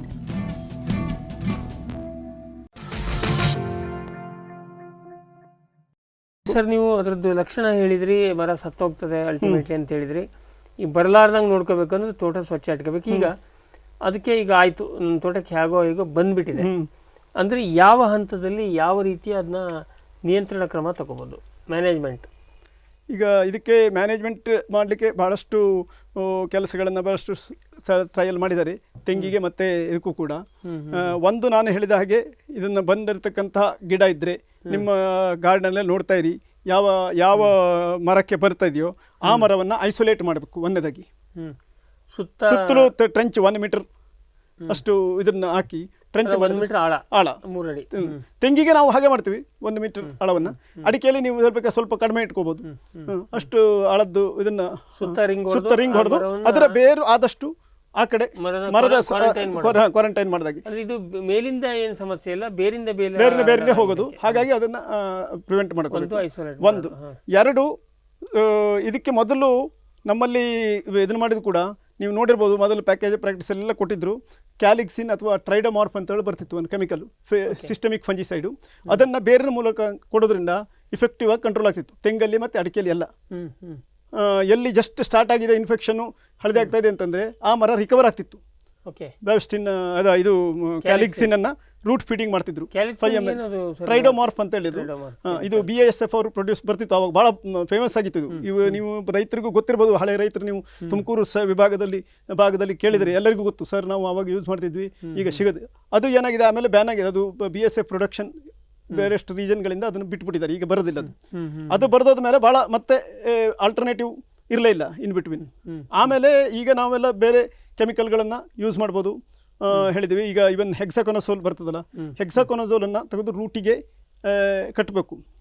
ಅದು ಫೀಡಿಂಗ್ ರೂಟನ್ನು ಹಿಡಿದು ಹೆಕ್ಸಾಕೊನಜೋಲ್ 2 ml 100 ml ನೀರಿಗೆ 2 ml ಹೆಕ್ಸಾಕೊನಜೋಲ್ ಹಾಕಿ ಅದನ್ನು ಬೇರಿಗೆ ಕಟ್ಟಬೇಕು. ಬೇರಿಗೆ ಕಟ್ಟೋದಂದ್ರೆ ಬೇರು ನೋಡಿ ಪ್ಲಾಸ್ಟಿಕ್ ಬ್ಯಾಗ್ನಲ್ಲಿ ಹಾಕಿ, ಪ್ಲಾಸ್ಟಿಕ್ ಬ್ಯಾಗಲ್ಲಿ ಹಾಕಿ ಅದನ್ನು ಬೇರು ಒಂದು ಕರೆಕ್ಟಾಗಿ ಸ್ಲ್ಯಾಂಟ್ ಆಗಿ ಕತ್ತರಿಸಿ ಅದನ್ನು ಕೆಳಗಡೆ ಹೊಸ ಬೇರೆ ಆಗಬೇಕಾ? ಹೊಸ ಬೇರು ಅಂದರೆ ಅದೇ ಅಬ್ಸಾರ್ಬಿಂಗ್ ಬೇರೆ ಇಡಬೇಕು ಕೆಳಗಡೆ. ಅದು ಸ್ವಲ್ಪ ಕಲರ್ ಬ್ರೌನ್ ಕಲರ್ ಕಾಣ್ತದೆ, ಅದು ಇದನ್ನು ಹೀರ್ಕೊಳ್ಳುವಂಥ ಬೇರು. ತೀರಾ ಬೆಳೆ ಬೇಡ, ತೀರಾ ಒಳಗೆ ಬೇಡ. ಆ ಬೇರನ್ನು ಇಟ್ಟು ಅದನ್ನು ನೀರಿನಲ್ಲಿ ಅದು ಪಾಲಿಥಿನ್ ಬ್ಯಾಗಲ್ಲಿ ಪೊಲಿಥಿನ್ ಸೊಲ್ಯೂಷನ್ ಇಡಬೇಕು ಕೆಳಗಡೆ. ಆವಾಗ ಅದು ಅಬ್ಸಾರ್ಬ್ ತಗೊಳ್ತದೆ, ಹೀರ್ಕೊಳ್ತದೆ. ಅದು ಮಳೆಗಾಲದಲ್ಲಿ ಮಾಡಿದರೆ, ಜಸ್ಟ್ ಮಳೆ ಇದೆ ನಿಮ್ಮಲ್ಲಿ ಮಾಯಿಶ್ಚರ್ ಇದ್ದರೆ ಹೀರ್ಕೊಳ್ಳೋಕೆ ಕಡಿಮೆ ಆಗ್ತದೆ, ಭಾಳ ದಿವಸ ಬೇಕು. ನಿಮ್ಮದು ಡ್ರೈ ಇದ್ದರೆ ನೀವು ನೀರು ಕೊಡಬೇಕಾದ್ರೆ, ನೀವು ಅಕಸ್ಮಾತ್ ಹಾಗೆ ಮಾಡಬೇಕಾದ್ರೆ ನೀರು ಕೊಡಬೇಡಿ ಇಮಿಡಿಯೇಟ್ಲಿ ಮರಕ್ಕೆ. ನೀವು ಮರಕ್ಕೆ ನೀರು ಹಾಕಿರ್ತೀರ, ಫುಲ್ ಇದಿರ್ತದೆ. ಮತ್ತೆ ರೂಟ್ ಫೀಡಿಂಗ್ ಮಾಡಿದರೆ ಆವಾಗ ಅಬ್ಸಾರ್ಪ್ಷನ್ ಕಡಿಮೆ ಆಗ್ತದೆ. ಅಬ್ಸಾರ್ಪ್ಷನ್ ಮಾಡ್ಕೊಳ್ಳೋದಿಲ್ಲ ಅದು. ಡ್ರೈ ಇಟ್ಕೊಂಡು ನೀವು ಮಾಡಿದರೆ ಅಗತ್ಯ ಇದ್ದರೆ ಪಟ್ ಅಂತ ಕೊಡಿತದೆ. ಸೊ ಆವಾಗ ತೊಗೊಂಡಿರ್ತದೆ. ಸೊ ಡ್ರೈ ಇದ್ದಾಗ ನಿಮಗೆ ರೂಟ್ ಫೀಡಿಂಗ್ ಮಾಡಬೇಕು ಅಂತಿದ್ರೆ ಇದನ್ನು ತಗೊಂಡೋಗಿ ಬೇರಿನ ಮುಖಾಂತರ ಕೊಡಬೇಕಾದ್ರೆ ಆದಷ್ಟು ನೀವು ಮಾಯಿಶ್ಚರ್ ಕಡಿಮೆ ಮಾಡ್ಕೋಬೇಕು ಮಣ್ಣಲ್ಲಿ, ಆವಾಗ ಕೊಡಬೇಕು, ಜಲ್ದಿ ಹೀರ್ಕೊಳ್ತದೆ. ಸೊ ಹಾಗೆ ಮಾಡುವುದರಿಂದ ಪ್ರತಿ ಕ್ವಾರ್ಟರ್ಲಿ ನೀವು ಒಂದು ಸಲ ಒಂದು ಮರಕ್ಕೆ ಒಂದು ಬೇರೆ ಕಟ್ಬೋದು. ಇಲ್ಲ ಕೆಲವು ಜನರು ನಾವು ಎಕ್ಸ್ಪೆರಿಮೆಂಟ್ ಇದ್ರೊಳಗೂ ಮಾಡಿದ್ದೀವಿ. ಆಲ್ಟರ್ನೇಟಿವ್ ಈಗ ಒಂದು ಮರಕ್ಕೆ 100 ml ಕಟ್ಟಬೇಕು ಅಂತಂದ್ರೆ 50 ml ಈ ಬದಿ ಒಂದು ಬೇರು, ಅದರ ಅಪೋಸಿಟ್ ಸೈಡ್ ಮತ್ತೊಂದು ಬೇರಿಗೆ ಕಟ್ಕೋಬಹುದು. 100 ml ಸಾಕು, 100 ml ಸಾಕು. 2 ಮಿಲಿ ಔಷಧ ಹೆಕ್ಸಾಗೊನಜೋಲ್ ಹಾಕಿ 100 ml ನೀರಲ್ಲಿ 50 ml 2 ಬೇರಿಗೆ ಕಟ್ಬಿಡಿ. ಆಮೇಲೆ ಅಬ್ಸರ್ವ್ ಮಾಡಬೇಕು, ಅಬ್ಸರ್ವ್ ಆಗಿದೆ ಇಲ್ಲ ಅಂತೇಳಿ. ನಾನು ಭಾಳ ಕಡೆ ವಿಸಿಟ್ ಮಾಡಿದಲ್ಲಿ ನೋಡ್ತೀವಿ, ಅವ್ರು ಕಟ್ಟಿರ್ತಾರೆ, ಅದು ಹೋಗಿರೋದೇ ಇಲ್ಲ, ಯಾವುದೋ ಬೇರೆ ಕಟ್ಟಿರ್ತಾರೆ ಅಥವಾ ಸರಿಯಾಗಿ ಕಟ್ಟಿರೋದಿಲ್ಲ, ಅದು ನಾಲ್ಕು ಚೆಲ್ಲಿ ಹೋಗಿರ್ತದೆ, ಹಬ್ಬ ಹೋಗಿರುತ್ತೆ. ಸರ್ ನಾವು ಬೇರೆ ಕೊಟ್ಟಿದ್ದೀವಿ, ಕಡಿಮೆ ಆಗಲಿಲ್ಲ ಅಂತ ಹೇಳ್ತಾರೆ. ಅದನ್ನು ಬೇರೆ ಕೊಡಬೇಕು, ಆದಷ್ಟು ಕೇರ್ಫುಲ್ ಆಗಿ ಅದನ್ನು ಕೆಳಗಡೆ ಇಟ್ಟು ಅದು ಹೀರ್ಕೊಳ್ಳುವಾಗ ನೋಡ್ಕೋಬೇಕು. ರಬ್ಬರ್ ಬ್ಯಾಂಡ್ ಹಾಕಿ ಅದನ್ನು ಆದಷ್ಟು 2 ಇದನ್ನು ಹೀರ್ಕೊಳ್ಳಿದೆ ಅಂತೇಳಿ. ಆಮೇಲೆ ಅದನ್ನು ರಿಪೀಟ್ ಆಗಿ ಕ್ವಾರ್ಟರ್ಲಿ ಮಾಡಬೇಕು, ಎವ್ರಿ ಕ್ವಾರ್ಟರ್, ಪ್ರತಿ 3 ತಿಂಗಳಿಗೆ ಮಾಡಬೇಕು. ಇನ್ಫೆಕ್ಟೆಡ್ ಮರಕ್ಕೆ ರಿಕವರ್, ಅದರಿಂದ ಕಂಪ್ಲೀಟ್ ರಿಕವರಿ ಆಗುತ್ತೆ. ಓಕೆ, ಅದು ಮರ ಹೊಸ ಬೇರುಗಳು ಬರ್ತವೆ. ಒಂದು ವರ್ಷ ಬೇಕಾ? 3 ತಿಂಗಳಿಗೆ ಒಂದ್ಸರಿ? 3 ತಿಂಗಳು, ಒಂದು ವರ್ಷಕ್ಕೆ ಆಗುತ್ತೆ, ರಿಕವರಿ ಆಗ್ತದೆ 1 ವರ್ಷದಲ್ಲಿ. ಈಗ ಒಬ್ಬರು ಜಸ್ಟ್ ಸ್ಟಾರ್ಟ್ ಆಗಿದೆ, ಒಂದು ಗಿಡ ಹಳದಿ, ಅವ್ರಿಗೆ ಗೊತ್ತಾಗುತ್ತೆ, ರೈತರಿಗೂ ಗೊತ್ತಿದೆ ಹಳದಿ ಆಗ್ತದೆ ಕೆಳಗಡೆ ಎಲೆ. ಆ ಎಲೆ ಹಳದಿ ಆಗೋ ಟೈಮಲ್ಲೇ ಇವರು ಸ್ಟಾರ್ಟ್ ಮಾಡಿದರೆ 1 ವರ್ಷದಲ್ಲಿ ಅದು ರಿಕವರಿ ಆಗ್ತದೆ. ಆಮೇಲೆ ಯಾಕೆಂದ್ರೆ ಇದು ಮಣ್ಣಿನಲ್ಲಿ ಬರೋದನ್ನು ಬರೀ ರೂಟ್ ಫೀಡಿಂಗ್ ಒಂದೇ ಅಲ್ಲ, ಯಾಕೆ ಮಣ್ಣಿನಲ್ಲಿ ಇನಾಕುಲಮ್ ಜಾಸ್ತಿ ಇರ್ತದಲ್ಲ. ಮಣ್ಣಿಗೆ ನಾವೇನು ಹೇಳ್ತಾ ಇದ್ದೀವಿ ಹೇಳಿದ್ರೆ, ಮಣ್ಣಿನಲ್ಲಿ ಯಾವುದೇ ನೀವು ಫಂಜಿಸೈಡನ್ನು ಸೊಲ್ಯೂಷನ್ ಹಾಕಿ ಫಂಗಸ್ ಕಂಟ್ರೋಲ್ ಮಾಡೋದು ಭಾಳ ಕಷ್ಟ. ಈಗ ಇವನ್ ಫ್ಯೂಜೇರಿಯಂ ವಿಲ್ಟಿಗೆ ನೀವು ಕೇಳಿರ್ಬೋದು, ಯಾರು ಇದಕ್ಕೆ ಫಂಜಿಸೈಡ್ ಮಣ್ಣಿಗೆ ಹಾಕಬೇಡಿ, ನೀವು ಸುಮ್ಮನೆ ವೇಸ್ಟ್ ಆಗ್ತದೆ, ಕ್ವಾಂಟಿಟಿ ಜಾಸ್ತಿ ಬೇಕು. ಇದಕ್ಕೂ ನಾವು ಡ್ರೆಂಚಿಂಗು ಹೇಳ್ತೀವಿ, ಅವರು ರೂಟ್ ಫೀಡಿಂಗ್ ಬೇಡ ಅಂದರೆ ಸರ್ ನೀವು ಕೊಲಾಟ್ರಲ್ ಡ್ಯಾಮೇಜ್ ಜಾಸ್ಟಿ ಆಗ್ತದೆ, ನಿಮ್ಮ ಮಣ್ಣಿನಲ್ಲಿ ಇರತಕ್ಕಂಥ ಬೆನಿಫಿಷಿಯಲ್ ಮೈಕ್ರೋಬ್ಸ್ ಎಲ್ಲ ನಾಶ ಆಗ್ತದೆ. ಮತ್ತೆ ನಿಮಗೆ ಫಂಜಿಸೈಡ್ ಕ್ವಾಂಟಿಟಿ ಜಾಸ್ತಿ ಬೇಕು, ಮಣ್ಣಲ್ಲಿ ಆಗ್ತದೆ. ಮತ್ತೇನು ಪರಿಹಾರ ಅಂತಂದ್ರೆ ನಾವು ಇವನ್ ಎಕ್ಸ್ಪೆರಿಮೆಂಟಲ್ಲಿ ಕೂಡ ನಾವು ತೆಂಗಿಲಂತೂ ಈಗ ಡೆಮಾನ್ಸ್ಟ್ರೇಷನ್ ಮಾಡಿದ್ದೇವೆ. ನೀವು ಈ ಬೇವಿನ ಹಿಂಡಿ ಇರ್ತದಲ್ಲ, ಬೇವಿನ ಹಿಂಡಿಗೆ ಟ್ರೈಕೋಡರ್ಮಾ ಹರ್ಜಿಯಾನಮ್ ಅಂತೇಳಿ ಮಾಡ್ಕೊಂಡು ಆ ಟ್ರೈಕೋಡರ್ಮಾ ಹರ್ಜಿಯಾನಮ್ ಮಿಕ್ಸ್ ಮಾಡಿ, ಚೆನ್ನಾಗಿ ಗೊತ್ತಿದೆ. ಅದನ್ನ ಕೆಲವೊಂದು ರೈತರು ನನಗೆ ಸಜೆಸ್ಟ್ ಮಾಡಿ, ತೆಂಗಿನಲ್ಲಿ ಹಾಸನ್ ಸೈಡ್ ಎಲ್ಲ ಅವ್ರು ನನಗೆ ಹೇಳ್ತಾರೆ ಭಾಳ ಸಕ್ಸಸ್ ಆಗಿದೆ ಸರ್, ನಮ್ದು ಕಡಿಮೆ ಆಗಿದೆ ಅಂತ. ಅದನ್ನ ರೆಗ್ಯುಲರ್ ಆಗಿ ನೀವು ಬೇವಿನ ಹಿಂಡಿಯಲ್ಲಿ ಟ್ರೈಕೋಡರ್ಮಾವನ್ನು 100 kg ಬೇವಿನ ಹಿಂಡಿಗೆ 1 kg ಟ್ರೈಕೋಡರ್ಮಾ ಈ ಟಾಲ್ಕ್ ಫಾರ್ಮುಲೇಷನ್ ಸಿಗ್ತದಲ್ಲ, ಅದನ್ನು ಹಾಕಿ ಮಿಕ್ಸ್ ಮಾಡೋದು. ಸ್ವಲ್ಪ ಮಾಯಿಸ್ಟ್ ಮಾಡ್ಕೋಬೇಕು, ಅದನ್ನು ಹುಡಿ ಮಾಡಬೇಕು ಬೇವಿನ ಹಿಂಡಿಯನ್ನು. ಅದಕ್ಕೆ ಅದನ್ನು ಹಾಕಿ ಮಿಕ್ಸ್ ಮಾಡಿ ಹೀಪ್ ಮಾಡಿ ಇಡಿ. ಅದು ಮೇಲ್ಗಡೆ ಒದ್ದೆ ಗೋಣಿ ಅಥವಾ ಇದನ್ನು ಮುಚ್ಚಿಡಬೇಕು, ಸ್ವಲ್ಪ ಸೋಗೆ ಇದನ್ನು ಮುಚ್ಚಿಟ್ರೆ ಸ್ವಲ್ಪ ಕೂಲ್ ಇದು ಶೇಡ್ ಇದ್ರ ಪ್ರದೇಶದಲ್ಲಿ ನೆರಳಲ್ಲಿ ಇಟ್ಟರೆ ಅದನ್ನು ಸ್ವಲ್ಪ ಒಂದು ವಾರ ಅಥವಾ ಒಂದು 4-5 ದಿನ ಆದಮೇಲೆ ಒಂದ್ಸಲ ಹೀಗೆ ಮಿಕ್ಸ್ ಮಾಡಿದರೆ ಗೊತ್ತಾಗ್ತದೆ ಅವರಿಗೆ ಒಳಗಡೆ ಫಂಗಸ್ ಟ್ರೈಕೋಡರ್ಮಾ ಬೆಳೀತಾ ಇರ್ತದೆ. ಗ್ರೀನ್ ಕಲರ್ ಇದನ್ನು ಕಾಣ್ಬೋದು. ವೈಟಿಶ್ ಗ್ರೋತ್ ಬರ್ತದೆ ಇನಿಷಿಯಲಿ, ಆಮೇಲೆ ಗ್ರೀನ್ ಕಲರ್ ಕಾಣ್ತದೆ, ಫಂಗಸ್ ಬೆಳೀತಾ ಇರ್ತದೆ ಗೊತ್ತಾಗುತ್ತೆ. ಸೊ ಅಂತಹ ಇದನ್ನ ಅವರು ಒಂದೊಂದು ಮರಕ್ಕೆ ಅಟ್ಲೀಸ್ಟ್ 2 kg ಅಷ್ಟು, ಅಡಿಕೆಗೆ, ತೆಂಗಿಗೆ 5 kg ಅಂತ ಹೇಳ್ತೇವೆ ನಾವು, ಅಡಿಕೆಗೆ ಅಟ್ಲೀಸ್ಟ್ 2 kg ಅಷ್ಟು ಅದು ಸುತ್ತಲೂ ಬೇರೆ ಇದಕ್ಕೆ ಇರೋ ಜಾಗದಲ್ಲಿ ಎಲ್ಲ ಮರಕ್ಕೂ, ಆ ಮರಕ್ಕೆ ಒಂದೇ ಅಲ್ಲ, ಇಡೀ ತೋಟದಲ್ಲಿ ಎಲ್ಲ ಮರಕ್ಕೂ ಹಾಕಬೇಕು. ಇದನ್ನ ಬೇವಿನ ಹಿಂಡಿ ಗೊಬ್ಬರನೂ ಆಗ್ತದೆ. ಉಳಿದಿದ್ದು ಇದಕ್ಕೆ ಪ್ರಾಪರ್ಟೀಸ್ ಇದೆ, ಫಂಜಿಸೈಡಲ್ ಮತ್ತೆ ಇನ್ಸೆಕ್ಟಿಸೈಡ್ ಪ್ರಾಪರ್ಟೀಸ್ ಇದೆ, ಗೊತ್ತಿದೆ. ಸೊ ಅದು ಇಟ್ ಈಸ್ ಬೆನಿಫಿಷಿಯಲ್. ಟ್ರೈಕೋಡರ್ಮಾಕ್ಕೆ ಮಲ್ಟಿಪ್ಲೈ ಮಾಡ್ತದೆ ಅದು. ಟ್ರೈಕೋಡರ್ಮಾ ಮಲ್ಟಿಪ್ಲಿಕೇಶನ್ ಜಾಸ್ತಿ ಆದಾಗೆ ಗ್ಯಾನೋಡರ್ಮಾ ಪಾಪ್ಯುಲೇಷನ್ ಕಡಿಮೆ ಆಗ್ತಾ ಹೋಗ್ತದೆ, ಸಪ್ರೆಷನ್ ಆಗ್ತದೆ. ಏನು ಮಾಡುತ್ತೆ ಅದಕ್ಕೆ ಗ್ಯಾನೋಡರ್ಮಾಕ್ಕೆ ಬೆಳೆ ಕೊಡೋದಿಲ್ಲ, ಅದಕ್ಕೆ ಆಪರ್ಚುನಿಸ್ಟಿಕ್ ಫಂಗಸ್ ಅದರದ್ದು ಆಪರ್ಚುನಿಟಿ ಕಡಿಮೆ ಆಗ್ತದೆ, ಟ್ರೈಕೋಡರ್ಮಾ ಜಾಸ್ತಿ ಆಗ್ತಾ ಹೋಗುತ್ತೆ. ಮತ್ತೆ ಟ್ರೈಕೋಡರ್ಮಾ ನಾವು ನೋಡಿದ ಹಾಗೆ ಇದಕ್ಕೆ ಕೇವಲ ಬಯೋ ಕಂಟ್ರೋಲ್ ಅಂತಲ್ಲ, ಎಂಟಗಾನಿಸ್ಟಿಕ್ ಬೇರೆ ಫಂಗಸ್ಗೆ ಅಟ್ಯಾಕ್ ಅಲ್ಲ, ಇದು ಪ್ಲಾಂಟಿಗೆ ಬೆನಿಫಿಷಿಯಲ್ ಕೂಡ ಇದೆ. ಇದು ರೂಟ್ ಗ್ರೋತ್ ಅನ್ನ ಜಾಸ್ತಿ ಮಾಡ್ತದೆ, ಬೇರಿನ ಬೆಳವಣಿಗೆ ಜಾಸ್ತಿ ಮಾಡ್ತದೆ, ಪ್ಲಾಂಟ್ ಗ್ರೋತ್ ಪ್ರಮೋಟಿಂಗ್ ಆಕ್ಟಿವಿಟಿ ಅಂತ ಹೇಳ್ತೇವೆ ನಾವು ಅದಕ್ಕೆ. ಇದ್ರದ್ದು ಬಯೋಮಾಸ್ ಕೂಡ ನಾವು ಚೆಕ್ ಮಾಡಿದ್ದೇವೆ. ರೂಟಲ್ಲಿ ನೀವು ಅಡಿಕೆ ಗಿಡವನ್ನು ಒಂದು ಟ್ರೈಕೋಡರ್ಮಾ ಸೊಲ್ಯೂಷನ್ ಅಲ್ಲಿ ಇಟ್ಟರೆ ಅದರ ರೂಟು ಮತ್ತೆ ವಿದೌಟ್ ಟ್ರೈಕೋಡರ್ಮಾ ಇಟ್ಟರೆ ಅದರ ಬಯೋಮಾಸ್, ರೂಟ್ ಬಯೋಮಾಸ್ ಕನ್ಸಿಡರಬಲಿ ಜಾಸ್ತಿ ಆಗ್ತದೆ. ಸೊ ಅದಕ್ಕೆ ಹೊಸ ಬೇರುಗಳು ಜಲ್ದಿ ಬರ್ತವೆ ಟ್ರೈಕೋಡರ್ಮಾ ಹಾಕೋದ್ರಿಂದ. ಅವಾಗ ಡ್ಯಾಮೇಜ್ ಇದ್ರೂ ಕೂಡ ರಿಕವರಿ ಆಗ್ತದೆ, ಜಲ್ದಿ ರಿಕವರಿ ಆಗ್ತಾ ಇರ್ತದೆ. ಸೊ ಅದಕ್ಕಾಗಿ ಟ್ರೈಕೋಡರ್ಮಾವನ್ನು ನೀವು ರೆಗ್ಯುಲರ್ ಅಂತ ಗಾರ್ಡನ್ ಅಲ್ಲಿ ಬೇವಿನ ಹಿಂಡಿ ಸಂಗಡ ಮಿಕ್ಸ್ ಮಾಡಿ ಹಾಕ್ತಾ ಇದ್ರಿ. ಈಗ ನಮ್ಮ ಕಲ್ಪನೆಯಲ್ಲಿ ನಮ್ಮ ಮಣ್ಣಲ್ಲಿ ಕೂಡ ಎಲ್ಲಾ ತೋಟದ ಮಣ್ಣಲ್ಲೂ ಟ್ರೈಕೋಡರ್ಮಾ ಇರುತ್ತೆ ಅಲ್ವಾ? ಟ್ರೈಕೋಡರ್ಮಾ ಇವೆಲ್ಲ ಯಾಕೆಂದ್ರೆ ನೀವು ಲ್ಯಾಬೊರೇಟರಿನವರು ಅಲ್ಲಿಂದನೇ ಐಸೋಲೇಟ್ ಮಾಡೋದು. ಇದು ಹೇಗೆ ಅನುಕೂಲ ಆಗುತ್ತೆ ಅಂದ್ರೆ ಇದು ಸ್ಪೀಡ್ ಒಳ್ಳೆ ಬೆಟರ್ ಸ್ಪೀಶೀಸ್ ಇರುತ್ತೆ ಅಂತನೋ ಅಥವಾ ಹೆಂಗೆ? ಮಣ್ಣಲ್ಲಿ ಇದ್ದು ಯಾಕೆ ಬೆಳೆಯುತ್ತೆ, ಇದು ನಾವು ಕೊಟ್ಟಿರೋ ಯಾಕೆ ಬೆಳೀತದೆ? ಈಗ ಟ್ರೈಕೋಡರ್ಮಾದಲ್ಲಿ ಬಯೋ ಕಂಟ್ರೋಲ್ ಹಾಗೆ ಪ್ರತಿಯೊಂದು ಎಲ್ಲ ಸ್ಪೀಸಿಗಳು ಟ್ರೈಕೋಡರ್ಮಾ ಬಯೋ ಕಂಟ್ರೋಲ್ ಎಫಿಕಸಿ ಇರ್ಬೋದು, ಆದ್ರೆ ಕೆಲವೊಂದು ಸ್ಟ್ರೇನ್ಗಳು ಗುಡ್ ಅದರೊಳಗೆ ಐಡೆಂಟಿಫೈ ಮಾಡ್ತೀವಿ, ಚೆನ್ನಾಗಿರ್ತದೆ. ನೀವು ಮಲ್ಟಿಪ್ಲೈ ಮಾಡೋದಕ್ಕೆ ಅಂತವ್ರನ್ನ ಸೆಲೆಕ್ಟ್ ಮಾಡ್ಕೊಂಡಿರ್ತಾರೆ. ಆಮೇಲೆ ಒಂದು ಟ್ರೈಕೋಡರ್ಮಾ ಇದ್ರೆ ಈ ಮಣ್ಣಿನಲ್ಲಿ ಒಳ್ಳೇದಿರ್ಬೋದು, ಮತ್ತೊಂದು ಮಣ್ಣಿನಲ್ಲಿ ಹಾಕಿದಾಗ ಅಲ್ಲಿ ಸರ್ವೈವ್ ಆಗ್ಲಿಕ್ಕೆ ಆಗೋದಿಲ್ಲ. ಇದು ಜೀವ ಇಲ್ಲ, ಅದಕ್ಕೆ ಅದನ್ನ ಕಾಂಪೀಟ್ ಮಾಡಬೇಕು ಅಲ್ಲಿ ಇರತಕ್ಕಂಥ, ಅಲ್ಲಿ ಆಗೋದಿಲ್ಲ ಕೆಲವೊಮ್ಮೆ pH ಅಥವಾ. ಸರ್ ಅದೇ ಇದೇ ಪ್ರಶ್ನೆ ನಾನು ಕೇಳೋದು ಏನಂದ್ರೆ, ನೀವು ಧಾರವಾಡದಲ್ಲಿ ಟ್ರೈಕೋಡರ್ಮಾವನ್ನು ಅದು ಎಲ್ಲಿಂದ ಐಸೋಲೇಟ್ ಮಾಡಿದ್ರೆ ಗೊತ್ತಿಲ್ಲ, ಧಾರವಾಡದಲ್ಲಿ ಮಾಡಿ ಮಲ್ಟಿಪ್ಲೈ ಮಾಡಿ ನಿಮ್ಮ ಲ್ಯಾಬೊರೇಟರಿ ಇದೆ ಅಂತೇಳಿ ನಾವು ಅದನ್ನ ತಂದು ಕುಮಟಾದಲ್ಲಿ ಹಾಕಿದ್ರೆ ಅದು ವರ್ಕ್ ಆಗ್ಲಿಕ್ಕಿಲ್ಲ ಅಲ್ವಾ ಲ್ಯಾಬೊರೇಟರಿ? ಜನರಲ್ ಆಗಿ ನಾನು ಇದನ್ನ ಇದೇ ರೀತಿಯ ಒಂದು ಕ್ವೆಶನ್ಗಳು ಸೈಂಟಿಸ್ಟ್ ನಮ್ಮ ಒಂದು ನೆಟ್ವರ್ಕ್ ಪ್ರಾಜೆಕ್ಟ್ನಲ್ಲಿ ಬಂದಿತ್ತು. ಫೈಟಾಪ್ತರಾ ನೆಟ್ವರ್ಕ್ ಪ್ರಾಜೆಕ್ಟ್ ಮಾಡಿದ್ವಿ, ಅವಾಗ ಎಲ್ಲ ಡಿಸ್ಕಸ್ ಮಾಡಿದ್ರು. ಈಗ ಹೇಳಿದ್ರು ಅದೇ ಹಾಗೆ ಟ್ರೈಕೋಡರ್ಮಾ ಇಲ್ಲಿದ್ರೆ ನೇಟಿವ್ ಪ್ರತಿಯೊಬ್ಬರು ತಾವು ನಮ್ಮ ಐಸೋಲೇಟ್ ಚೆನ್ನಾಗಿದೆ, ನನ್ನ ಲ್ಯಾಬ್ನಲ್ಲಿ ನಾ ಐಸೋಲೇಟ್ ಮಾಡಿದ್ದೇನೆ, ಇದು ಇಲ್ಲಿ ಮಾತ್ರ ತೊಗೊಂಡಿದ್ದೇನೆ, ನಿಮ್ಮ ಐಸೋಲೇಟ್ ಇಲ್ಲಿ ವರ್ಕ್ ಆಗೋದಿಲ್ಲ ಅಂತೇಳಿ. ಆವಾಗ ಕ್ರಾಸ್ಡ್ ಆಗಿ ಎಲ್ಲ ಪ್ರದೇಶದಲ್ಲಿ ಮಾಡಿರ್ತಕ್ಕಂಥ ಎಲ್ಲ ಲ್ಯಾಬಲ್ಲಿ ಮಾಡಿರ್ತಕ್ಕಂಥ ಟ್ರೈಕೋಡರ್ಮಾ ತಗೊಂಡು ಅದನ್ನು ನೋಡಿ ನೀವು ಕ್ರಾಸ್ ಆಗಿ ನಿಮ್ಮ ಗೆಳೆಗೆ ಅದನ್ನು ಹಾಕಿ ನೋಡಿ ಅಂತೇಳಿ. ಕೆಲವೊಂದು ಐಸೋಲೇಟ್ಗಳು ವರ್ಕಿಂಗ್ ಎವ್ರಿವೇರ್ ಆಗತ್ತೆ. ಈಗ ಮಣ್ಣಿನಲ್ಲಿ ಬೇರೆ ಇದ್ರೂ ಕೂಡ ಅದಕ್ಕೆ ಕಾಂಪಿಟೇಟಿವ್ನೆಸ್ ಇರ್ತದೆ, ಗಟ್ಟಿ ಇದೆ, ಅಲ್ಲೂ ಎಸ್ಟಾಬ್ಲಿಷ್ ಆಗುತ್ತದೆ. ಸರಿ, ಈ ಟ್ರೈಕೋಡರ್ಮಾವನ್ನ ನಾವು ಮೇಲ್ಗಡೆ ಬರುವಂತ ಈ ಅಡಿಕೆ ಕೊಳೆ ರೋಗದ ಅಂತ ಅದಕ್ಕೆ ಫೈಟೋಪ್ತರಕ್ಕೆ ಯೂಸ್ ಮಾಡಕ್ ಬರೋದಿಲ್ವಾ? ಮಾಡ್ಬೋದು, ಮಾಡ್ಲಿಕ್ಕೆ ಬರೋದಿಲ್ಲ ಅಂತಲ್ಲ. ಆದರೆ ಫೋಲಿಯರ್ ಡಿಸೀಸ್ ಅಲ್ಲಿ ಟ್ರೈಕೋಡರ್ಮಲ್ ಸರ್ವೈವಲ್ ಅಂಡ್ ಕಾಂಪಿಟೇಟಿವ್ ಇದು ಸ್ವಲ್ಪ ಕಡಿಮೆ ಇದೆ, ಕಷ್ಟ. ನೀವು ಕೇಳಿರ್ಬೇಕು, ಮಣ್ಣಿನಲ್ಲಿ ನಮಗೆ ಆಲ್ಟರ್ನೇಟಿವ್ ಕೆಮಿಕಲ್ ಸ್ಪ್ರೇ ಮಾಡ್ಲಿಕ್ಕೂ ಕಷ್ಟ ಒಂದನೇದಾಗಿ. ಹಾಗಾಗಿ ಮಣ್ಣಿಗೆ ಸ್ಪ್ರೆಡ್ ಆಗಲಿಕ್ಕೆ ಜನರಲ್ ಆಗಿ ಸ್ಪ್ರೆಡ್ ಆಗ್ತದೆ. ಹಾಗಾಗಿ ಟ್ರೈಕೋಡರ್ಮಾವನ್ನು ಎಲ್ಲ ಈ ಮಣ್ಣಿನಿಂದ ಬರತಕ್ಕಂಥ ಶಿಲೀಂಧ್ರಕ್ಕೆ ನಾವು ರೆಕಮೆಂಡ್ ಮಾಡೋದು ಟ್ರೈಕೋಡರ್ಮಾ ಎನ್ರಿಚ್ಡ್ ನೀಮ್ ಕೇಕ್ ಹಾಕ್ತಾ ಇರಿ. ಅದರಿಂದ ನೀವು ಮೇಲ್ಗಡೆ ಅದಕ್ಕೆ ಬರೋದಿಲ್ಲ, ಆದಷ್ಟು ಬೆಳೆದಿಲ್ಲ ಅಂತೇಳಿ.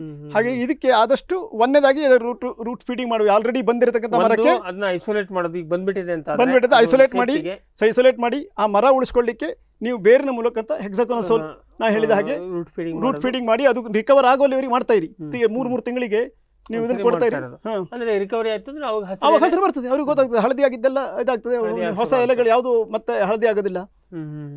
ಆಮೇಲೆ ಕೆಳಗಡೆ ಬೇರಿಗೆ ಬರೀ ಬೇರಿಗೆ ಇದನ್ನು ಕೊಟ್ಟರೆ ಆಗೋದಿಲ್ಲ, ಹೊಸ ಬೇರು ಬರಲಿಕ್ಕೆ ನೀವು ಎನ್ಹಾನ್ಸ್ ಮಾಡಲಿಕ್ಕೆ ನೀವು ಇದನ್ನು ಕೊಡ್ತಾ ಇರಬೇಕು.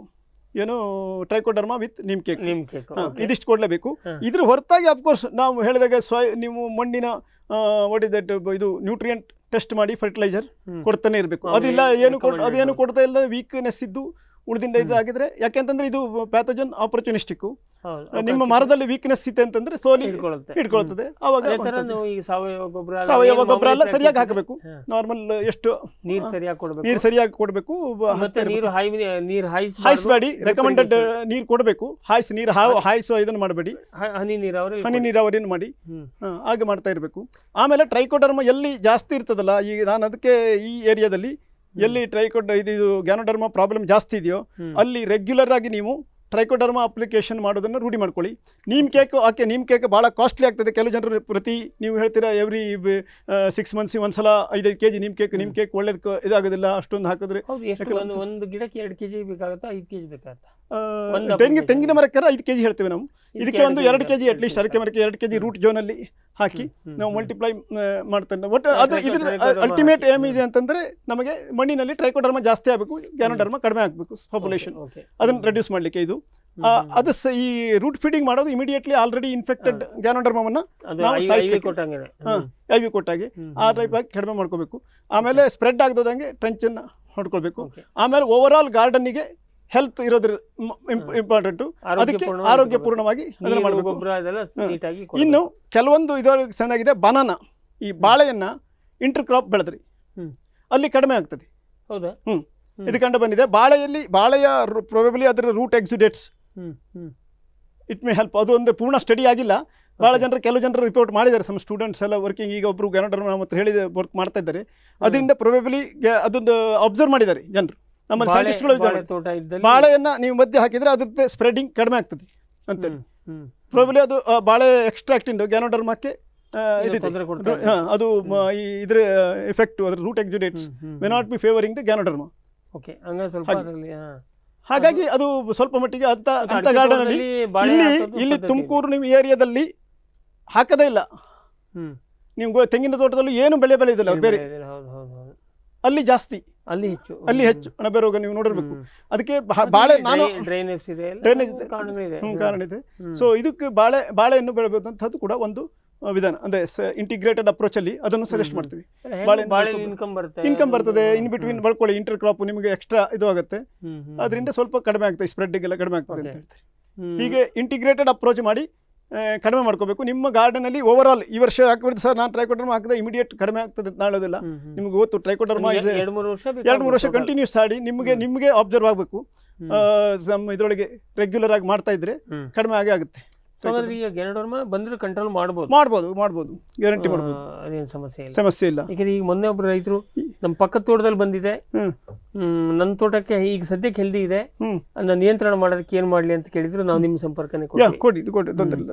ನಾವು ಅದೇ ಇಲ್ಲಿ ಹೇಳ್ತಾ ಇದ್ದೀವಿ, KVK ತುಮಕೂರಿಂದ ನಾವು ಯಾರಿದ್ದಾರೆ ಡೆಮಾನ್ಸ್ಟ್ರೇಷನ್ ಕೂಡ ಹೇಳಿದ್ದೀವಿ. ಯಾರಿದ್ದಾರೆ ತೋಟದಲ್ಲಿ ಅವರು ಬಂದರೆ, ಯಾಕೆಂದರೆ ನಾವು ಡೈರೆಕ್ಟ್ ಅಲ್ಲಿಂದ ಬಂದು ನಮಗೆ ಕಂಟಿನ್ಯೂಸ್ ಬರ್ಲಿಕ್ಕಾಗದೆ, ಬಂದು ಮಾಡ್ಲಿಕ್ಕಾಗದೆ, ರೆಗ್ಯುಲರ್ ಥ್ರೂ KVKಯಿಂದ ಮಾಡಿಸ್ಬೋದು. KVK ಹೇಳಿದ್ದೀವಿ ನಾವು ಬೇಕಾದ್ರೆ ಟೆಕ್ನಿಕಲ್ ಹೆಲ್ಪ್ ಬರ್ತೀವಿ. ನಾವು KVK ಅವರು ಯಾರಾದ್ರೂ ಫಾರ್ಮರ್ಸ್ ಗಾರ್ಡನ್ ಐಡೆಂಟಿಫೈ ಮಾಡಿದ್ರೆ ನಾವು ಬರ್ತೀವಿ. ನಾವು ಹೇಳಿದಂಥ ಟೆಕ್ನಿಕಲ್ ಹಾಕಿ 3 years ಕಂಟಿನ್ಯೂಸ್ ಮಾಡುವ, ನಿಮ್ಮ ಗಾರ್ಡನ್ ಅಲ್ಲಿ ರೆಡ್ಯೂಸ್ ಮಾಡ್ಲಿಕ್ಕೆ ಆಗ್ತದಿಲ್ಲ ಅಂತ ತೋರಿಸ್ಕೊಡುವ ಅಂತ ಹೇಳಿ. ಸರ್, ಈಗ KVK ನೀವು ಹೇಳಿದ್ರು ಒಳ್ಳೇದು. ಈಗ ನಾವು ಕೂಡ ಶ್ರಮಜೀವಿ ಟಿವಿ ಏನಾಗಿದೆ, ನಮ್ದು ಒಂಥರ ಪ್ಯಾರಲಲ್ ಸಿಸ್ಟಮ್ ತಯಾರಾಗ್ತಾ ಇದೆ. ನಮಗೆ ಇಡೀ ಕರ್ನಾಟಕ ರಾಜ್ಯದ ರೈತರು ಸಿಗ್ತಾರೆ, ಮತ್ತು ನಮ್ಮ ಸಂಪರ್ಕ ಬಂದವರು ಒಳ್ಳೆ ರೈತರು, ಅಂದರೆ ಸುಮ್ಮನೆ ಕಾಟಾಚಾರಕ್ಕೆ ಮಾಡೋರಲ್ಲ, ಸೀರಿಯಸ್ಲಿ ಮಾಡುವಂಥವ್ರು. ಸೊ ಆ ಥರದವರು ಯಾರು ಇದ್ರು, ಸೀರಿಯಸ್ ಜನ ಇದ್ರೆ ನಾವು ನಿಮ್ಮ ಸಂಪರ್ಕ ಅದನ್ನ ಡೆಮೋನ್ಸ್ಟ್ರೇಷನ್ ಅವ್ರು ಮಾಡ್ತಾರೆ. ಟೆಕ್ನಿಕಲ್ ಗೈಡೆನ್ಸ್ ಕೊಟ್ಟು ನಾವು ರೆಗ್ಯುಲರ್ ಮಾರ್ಗದರ್ಶನ ಕೊಟ್ಟು ನಾವು ಮಾಡ್ಲಿಕ್ಕೆ ರೆಡಿ ಇದ್ದೀವಿ, ತೊಂದರೆ ಇಲ್ಲ. ಹಾಗೆ ಇದೊಂದು ಬಹಳ, ಯಾಕೆಂದ್ರೆ ಇದು ತೋಟನೇ ಸತ್ಯನಾಶ ಆಗತ್ತೆ ಅಂತ ಬಹಳ ಹೆದರ್ಕೊಂಡಿದ್ದಾರೆ ನಾವು ನೋಡಿದಂತೆ. ಹೌದೌದು, ಈ ಪ್ರದೇಶದಲ್ಲಿ ಅವರಿಗೆ ಕೊಳೆ ರೋಗಕ್ಕಿಂತ ಅಣಬೆ ರೋಗ ಜಾಸ್ತಿ ಪ್ರಾಬ್ಲಮ್ ಆಗಿರೋದು. ಕೊಳೆ ರೋಗ ಇಲ್ಲ ಅವರಿಂದ, ಅದಕ್ಕೆ ಪ್ರಾಬ್ಲಮ್ ಇಲ್ಲ. ಅಣಬೆ ರೋಗದಲ್ಲಿ ಹೋಲ್ ಮರನೇ ಸಾಯಿಸ್ತದೆ, ಅದೇ ಪ್ರಾಬ್ಲಮ್ ಆಗಿದೆ.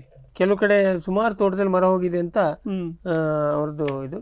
ಈ ಅಣಬೆ ರೋಗಕ್ಕೆ ಇನ್ನೇನಾದ್ರು ಪ್ರಿಕಾಷನ್ ಅಥವಾ ಇನ್ನೇನಾದ್ರು ಹೇಳಕ್ ಇಷ್ಟಪಡ್ತೀರಾ? ಅಣಬೆ ರೋಗಕ್ಕೆ ನಿಯಂತ್ರಣ ಕ್ರಮಗಳು, ಮತ್ತೆ ನಿಯಂತ್ರಣ ಕ್ರಮಗಳು ಒಂದಷ್ಟು ನಿಮ್ಮ ತೋಟವನ್ನು ಆದಷ್ಟು ಸ್ವಚ್ಛ ಇದಾಗಿಟ್ಕೊಳ್ಳಿ. ಇಂಟರ್ ಕ್ರಾಪ್ ಬನಾನಾ ಹಾಕೊಂಡ್ರೆ ಬೆಸ್ಟ್. ನಿಮ್ಮಲ್ಲಿ ನೀರಿದ್ರೆ, ಬನಾನಾ ಇದ್ರೆ ಹಾಕೊಂಡ್ರೆ ಸ್ವಲ್ಪ ಕಡಿಮೆ ಆಗ್ತದೆ. ಮತ್ತೊಂದು ಅಂದ್ರೆ ಇದಕ್ಕೆ ನಾನು ಹೇಳಿದಾಗೆ ಬೇರೆ ಕಡೆಯಿಂದ ತರಬೇಡಿ, ಹೊರಗಿಂದ ಬೇರೆಯವ್ರ ತೋಟದಲ್ಲಿ, ನಿಮ್ಮ ತೋಟದಲ್ಲಿ ಇಲ್ಲಿವರೆಗೆ ಏನು ಕಂಡಿಲ್ಲ, ಅವ್ರ ತೋಟದಲ್ಲಿ ಇದೆ ಅಂತೇಳಿ ಅವ್ರ ತೋಟದಲ್ಲಿ ಇದ್ದಿದ್ದ ಆದಷ್ಟು ಬೇರೆ ಗಿಡಗಳನ್ನ ತಂದ್ಕೊಳ್ಳಿಕ್ಕೆ ಹೋಗಬೇಡಿ. ಮಣ್ಣಿನ ಮುಖಾಂತರ ಬರ್ತದೆ. ಮಣ್ಣಿನ ಮುಖಾಂತರ ಅದೊಂದೇ ಅಂತಲ್ಲ, ಇದು ಕೇವಲ ನಿಮಟೋಡ್ಸು ನಿಮ್ಗೆ ಗೊತ್ತಿರ್ಬೇಕಲ್ಲ. ವೆಜಿಟೇಬಲ್ಸ್ ಅಲ್ಲಿಂದ ತಂದು ನೆಡ್ತಾರೆ ಅವ್ರ ಮನೆ ಇದರಿಂದ, ಅಲ್ಲಿ ಅವಾಗ ನಿಮಟೋಡು ಇದೆಲ್ಲ ಬರ್ಬೋದು, ಎಲ್ಲದೂ ಬರುತ್ತೆ. ಸೊ ಆದಷ್ಟು ಮಟ್ಟಿಗೆ ಆದಷ್ಟು ಅವಾಯ್ಡ್ ಮಾಡ್ಕೊಳ್ಳಿ ಅಂತೇಳಿ ನೀರಾವರಿ ಡ್ರಿಪ್ ಇರಿಗೇಷನ್ ಕೊಡಿ. ಆಮೇಲೆ ಗಿಡಕ್ಕೆ ಬಂದಿರತಕ್ಕಂಥ ಗಾರ್ಡನ್ ಅಲ್ಲಿ ಹಾಗೆ ನಾ ಮೊದಲೇ ಹೇಳಿದಾಗೆ ಅದನ್ನ ನೆಡಬೇಕಾದ್ರೆ ಅದನ್ನ ಕಂಪ್ಲೀಟ್ ಬುಡವನ್ನ ಕೂಡ ತೆಗೆದು ತೋಟದಿಂದ ಹಾಗೆ ಸುಟ್ಟಾಕಿ ಆ ಗಿಡವನ್ನು ಇದರಲ್ಲಿ ಶಿಲೀಂಧ್ರ ಎಲ್ಲ ಇದು ಮಾಡಿ ಅಲ್ಲಿ ಬೇಕಾದ್ರೆ ಟ್ರೈಕೋಡರ್ಮಾ ನೀಮ್ ಕೇಕ್ ಹಾಕಿ ಒಂದು ಸ್ವಲ್ಪ ದಿವಸ ಬಿಟ್ಟು ಆಮೇಲೆ ಬೇಕಾದ್ರೆ ನಾಟಿ ಮಾಡಿ, ಅಲ್ಲಿವರೆಗೆ ಮಾಡಬೇಡಿ. ಓಕೆ ವೀಕ್ಷಕರೇ, ಇಷ್ಟೊತ್ತು ಡಾಕ್ಟರ್ ವಿನಾಯಕ್ ಅವರು ಸಾಕಷ್ಟು ವಿವರ ಕೊಟ್ಟರು. ನಾವು ಗ್ಯಾನೋಡರ್ಮದ ಬಗ್ಗೆ ಭಾಳ ಹೆದರ್ಕೊಂಡಿದ್ವಿ, ಯಾಕೆ ರೈತರು ಕೂಡ ನಮ್ಗೆ ಸಾಕಷ್ಟು ಸರಿ ಮಾಡಿ ಸರ್ ಇಲ್ಲ ತೋಟನೇ ಹೋಗೋ ಪರಿಸ್ಥಿತಿ ಬಂದಿದೆ ಅಂತ ಹೇಳ್ತಿದ್ರು. ಅವ್ರಿಗೆ ಸರಿಯಾದ ಗೈಡ್ ಮಾಡಿದ್ರಲ್ಲ, ಹಾಗಾಗಿ ನಾವು ಕೂಡ ಇದು ಮರದೇ ಸತ್ತೋಗುತ್ತಲ್ಲಪ್ಪ ಅಂಥೇಳಿ ನಾವು ಟೆನ್ಷನ್ ತೊಗೊಂಡ್ವಿ. ಈಗ ನೋಡಿದರೆ ಡಾಕ್ಟರ್ ಹೇಳೋ ಪ್ರಕಾರ ಇದನ್ನು ನಿರ್ವಹಣೆ ಮಾಡ್ಬೋದು. ಏನು ಕೇಳಿದ್ರೆ ಒಂದು ಸಾಧ್ಯ ಆದಷ್ಟು ನಾವು ಬರಲಾರ್ದಂಗೆ ನೋಡ್ಕೋಬೇಕು. ಬಂದರೂ ಕೂಡ ಇದನ್ನು ಒಂದು ಸರಿಯಾದ ನಿಗಾ ಇಟ್ಟರೆ ಒಂದು 2-3 ವರ್ಷದಲ್ಲಿ ಅದನ್ನ ರಿಕವರಿ ಮಾಡ್ಬೋದು. ಮತ್ತು ಬೇರೆ ಮರಗಳಿಗೆ ಬರಲಾರ್ದಂಗೆ ನೋಡ್ಕೋಬೋದು. ಅದೆಲ್ಲಕ್ಕಿಂತ ನಾವು ಈ ಟ್ರೈಕೋಡರ್ಮಾದ ಬಳಕೆ ಈಗ ಸಾಕಷ್ಟು ಜನ ರೈತರಿಗೆ ತಲೆಯಲ್ಲಿ ಬಂದಿದೆ. ಅದನ್ನು ಹಾಗಾಗಿ ಅದನ್ನ ಬಳಕೆ ಏನಂತ ಕಷ್ಟ ಅಲ್ಲ, ರೈತರಿಗೆ ಗೊತ್ತಾಗಿದೆ. ಈಗ ಆದರೆ ಇನ್ನೊಂದು ಸರಿ ಏನಾಗ್ತಾ ಇದೆ ಸರ್ ಅಂದರೆ ಕೆಲವೊಂದಷ್ಟು ರಾಂಗ್ ಅಪ್ಲಿಕೇಶನ್ ಆಗ್ತಾ ಇದೆ. ವೇಸ್ಟ್ ಡಿಕಂಪೋಸರ್ನ ಗಿಡಗಳಿಗೆ ಸ್ಪ್ರೇ ಮಾಡಿಕೊಂಡು ನನ್ನ ಗಿಡ ಚೆನ್ನಾಗಿ ಬಂದಿದೆ ಹೇಳೋರು ಸುಮಾರು ಸಿಗ್ತಾರೆ. ಅವ್ರಿಗೆ ನಾವು ಸಾಧ್ಯ ಆದಷ್ಟು ಜನರಿಗೆ ಅದ್ರ ಉದ್ದೇಶ ಏನು, ಅದು ಎಲ್ಲಿ ಕೆಲಸ ಮಾಡುತ್ತೆ ಎಲ್ಲಿ ಮಾಡೋದಿಲ್ಲ ಹೇಳೋದನ್ನು ನಾವು ಹೇಳೋಕ್ಕೆ ಪ್ರಯತ್ನ ಪಡ್ತೀವಿ. ಯಾವುದನ್ನು ಇದು ಇದಲ್ಲ ಏನು ಸರ್ವೌಷಧಿ ಬೇರೆ ಥರ ನೀವು ನೆಲಕ್ಕೆ ಹಾಕುವ ಫಂಗಸನ್ನು ಗಿಡಕ್ಕೆ ಹೊಡಿಬೇಕಾಗಿದ್ದನ್ನು ಇಂಜೆಕ್ಷನ್ ಕೊಟ್ಟು ಮಾಡಿರಲ್ಲ, ಕೆಲಸ ಮಾಡೋದಿಲ್ಲ. ಹಾಗಾಗಿ ಇದರಲ್ಲಿ ಅಥವಾ ಜೈವಿಕ ಈಗ ಇದೇನೆ ನಾವು ಮನುಷ್ಯರ ಮೆಡಿಸಿನಲ್ಲೂ ಕೂಡ ಜ್ವರ ಬಂದಾಗ ಪ್ಯಾರಾಸಿಟಮಾಲ್ ತೊಗೋತೀವಿ ಅಂದಾಕ್ಷಣ ಪ್ಯಾರಾಸಿಟಮಾಲ್ ಎಲ್ಲದಕ್ಕೂ ಬರುತ್ತೆ ಅಂತಲ್ಲ ಅಲ್ವಾ. ಹಾಗಾಗಿ ಆಯಾ ಔಷಧ ಈಗ ಈ ಶಿಲೀಂಧ್ರ ಇರ್ಬೋದು, ಜೈವಿಕ ಕೀಟನಾಶಕಗಳು ಇದೆಲ್ಲ ಕೆಟಗರಿ ಅದು ಯಾವ ಉದ್ದೇಶಕ್ಕಿದೆಯೋ ಅದೇ ಉದ್ದೇಶಕ್ಕೆ ಬಳಕೆ ಆಗಬೇಕು, ಅಥವಾ ನಾವು ಅದನ್ನ ಅರ್ಥ ಮಾಡ್ಕೋಬೇಕು. ಅದು ಭಾಳ ಮಹತ್ವ. NPK ಕಲ್ಚರನ್ನು ತೊಗೊಂಡೋಗಿ ನೀವು ಗ್ಯಾನೋಡರ್ಮ ಕಂಟ್ರೋಲ್ ಮಾಡೋಕ್ಕೆ ಬರೋದಿಲ್ಲ. ಹಾಗಾಗಿ ಬಟ್ ಒಟ್ಟಾರೆಯಾಗಿ ನಮಗೆ ಇವಾಗ ಸಮಾಧಾನ ಆಗಿದ್ದಂದರೆ ಈ ಅಣಬೆ ರೋಗ ಅಥವಾ ಗ್ಯಾನೋಡರ್ಮ ಏನು ಕೊಳೆ ರೋಗ ಅಂತ ಹೇಳ್ಬೋದು, ಅಂದರೆ ಬೇರು ಕೊಳೆಯುವಂಥ ರೋಗ ಏನಿದೆ ಇದಕ್ಕೆ ಪರಿಹಾರ ಇದೆ. ಅದನ್ನು ನಾವು ಪ್ರಯತ್ನ ಪಟ್ಟರೆ ನಮ್ಮ ತೋಟವನ್ನು ಉಳಿಸ್ಕೋಬೋದು ಅಂಥೇಳಿ ನಮಗೆ ಡಾಕ್ಟರ್ ಚೆನ್ನಾಗಿ ತಿಳಿಸ್ಕೊಟ್ರು. ಇಷ್ಟೊತ್ತು ತಮ್ಮ ಸಮಯವನ್ನು ಖರ್ಚು ಮಾಡಿ ನಮಗೆ ಇಷ್ಟೊಂದು ಮಾಹಿತಿಯನ್ನು ಕೊಟ್ಟಂಥ ಡಾಕ್ಟರ್ ವಿನಾಯಕ್ ಅವರಿಗೆ ನಿಮ್ಮೆಲ್ಲರ ಪರವಾಗಿ ಮತ್ತು ನಮ್ಮ ವಾಹಿನಿ ಪರವಾಗಿ ಧನ್ಯವಾದವನ್ನು ಹೇಳೋಕ್ಕೆ ಇಷ್ಟಪಡ್ತೀವಿ. ವೀಕ್ಷಕರೇ, ನಿಮಗೂ ಕೂಡ ಕಾರ್ಯಕ್ರಮ ಉಪಯುಕ್ತ ಆಯಿತು ಅಂತ ಅನ್ಕೋತೀವಿ. ಅಡಿಕೆಯ ಎಲ್ಲ ರೋಗಗಳನ್ನು ಈಗ 3 ಕಂತುಗಳಲ್ಲಿ ಡಾಕ್ಟರ್ ವಿನಾಯಕ್ ಅವರಿಂದ ನಾವು ಕೇಳಿ ತಿಳ್ಕೊಂಡ್ವಿ. ಬಹುತೇಕ ನಿಮ್ಮ ಸಮಸ್ಯೆಗಳಿಗೆ ಎಲ್ಲ ಈ 3 ಕಾರ್ಯಕ್ರಮಗಳು ಸೇರಿಸಿ ಎಲ್ಲ ಪ್ರಶ್ನೆಗಳಿಗೆ ಉತ್ತರ ಸಿಕ್ತು ಅಂತ ಅನ್ಕೋತೀವಿ. ಮತ್ತು ಇನ್ನೊಂದು ವಿಶೇಷ ಅತಿಥಿಯೊಂದಿಗೆ ನಾವು ಜ್ಞಾನವಿಜ್ಞಾನಿ ಮುಂದಿನ ಕಂತಲ್ಲಿ ಭೇಟಿಯಾಗ್ತೀವಿ. ನಮಸ್ಕಾರ. ಈ ಕಾರ್ಯಕ್ರಮದ ಪ್ರಾಯೋಜಕರು ಜೈನ್ ಇರಿಗೇಷನ್ ಸಿಸ್ಟಮ್ಸ್ ಲಿಮಿಟೆಡ್, ಜಾಗತಿಕ ತುಂತುರು ಮತ್ತು ಹನಿ ನೀರಾವರಿ ಉಪಕರಣಗಳ ಉತ್ಪಾದಕರು, ಬೇಸಾಯ ತಂತ್ರಜ್ಞಾನ ನಿರೂಪಕರು ಹಾಗೂ ರೋಗರಹಿತ ಟಿಶ್ಯೂ ಕಲ್ಚರ್ ಗಿಡಗಳು.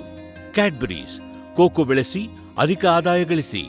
ಹಾಗೂ ಸ್ಟಿಲ್ ಇಂಡಿಯಾ, ಸ್ಟಿಲ್ ಉಪಕರಣಗಳು ತನ್ನಿ ಪರಿವರ್ತನೆ.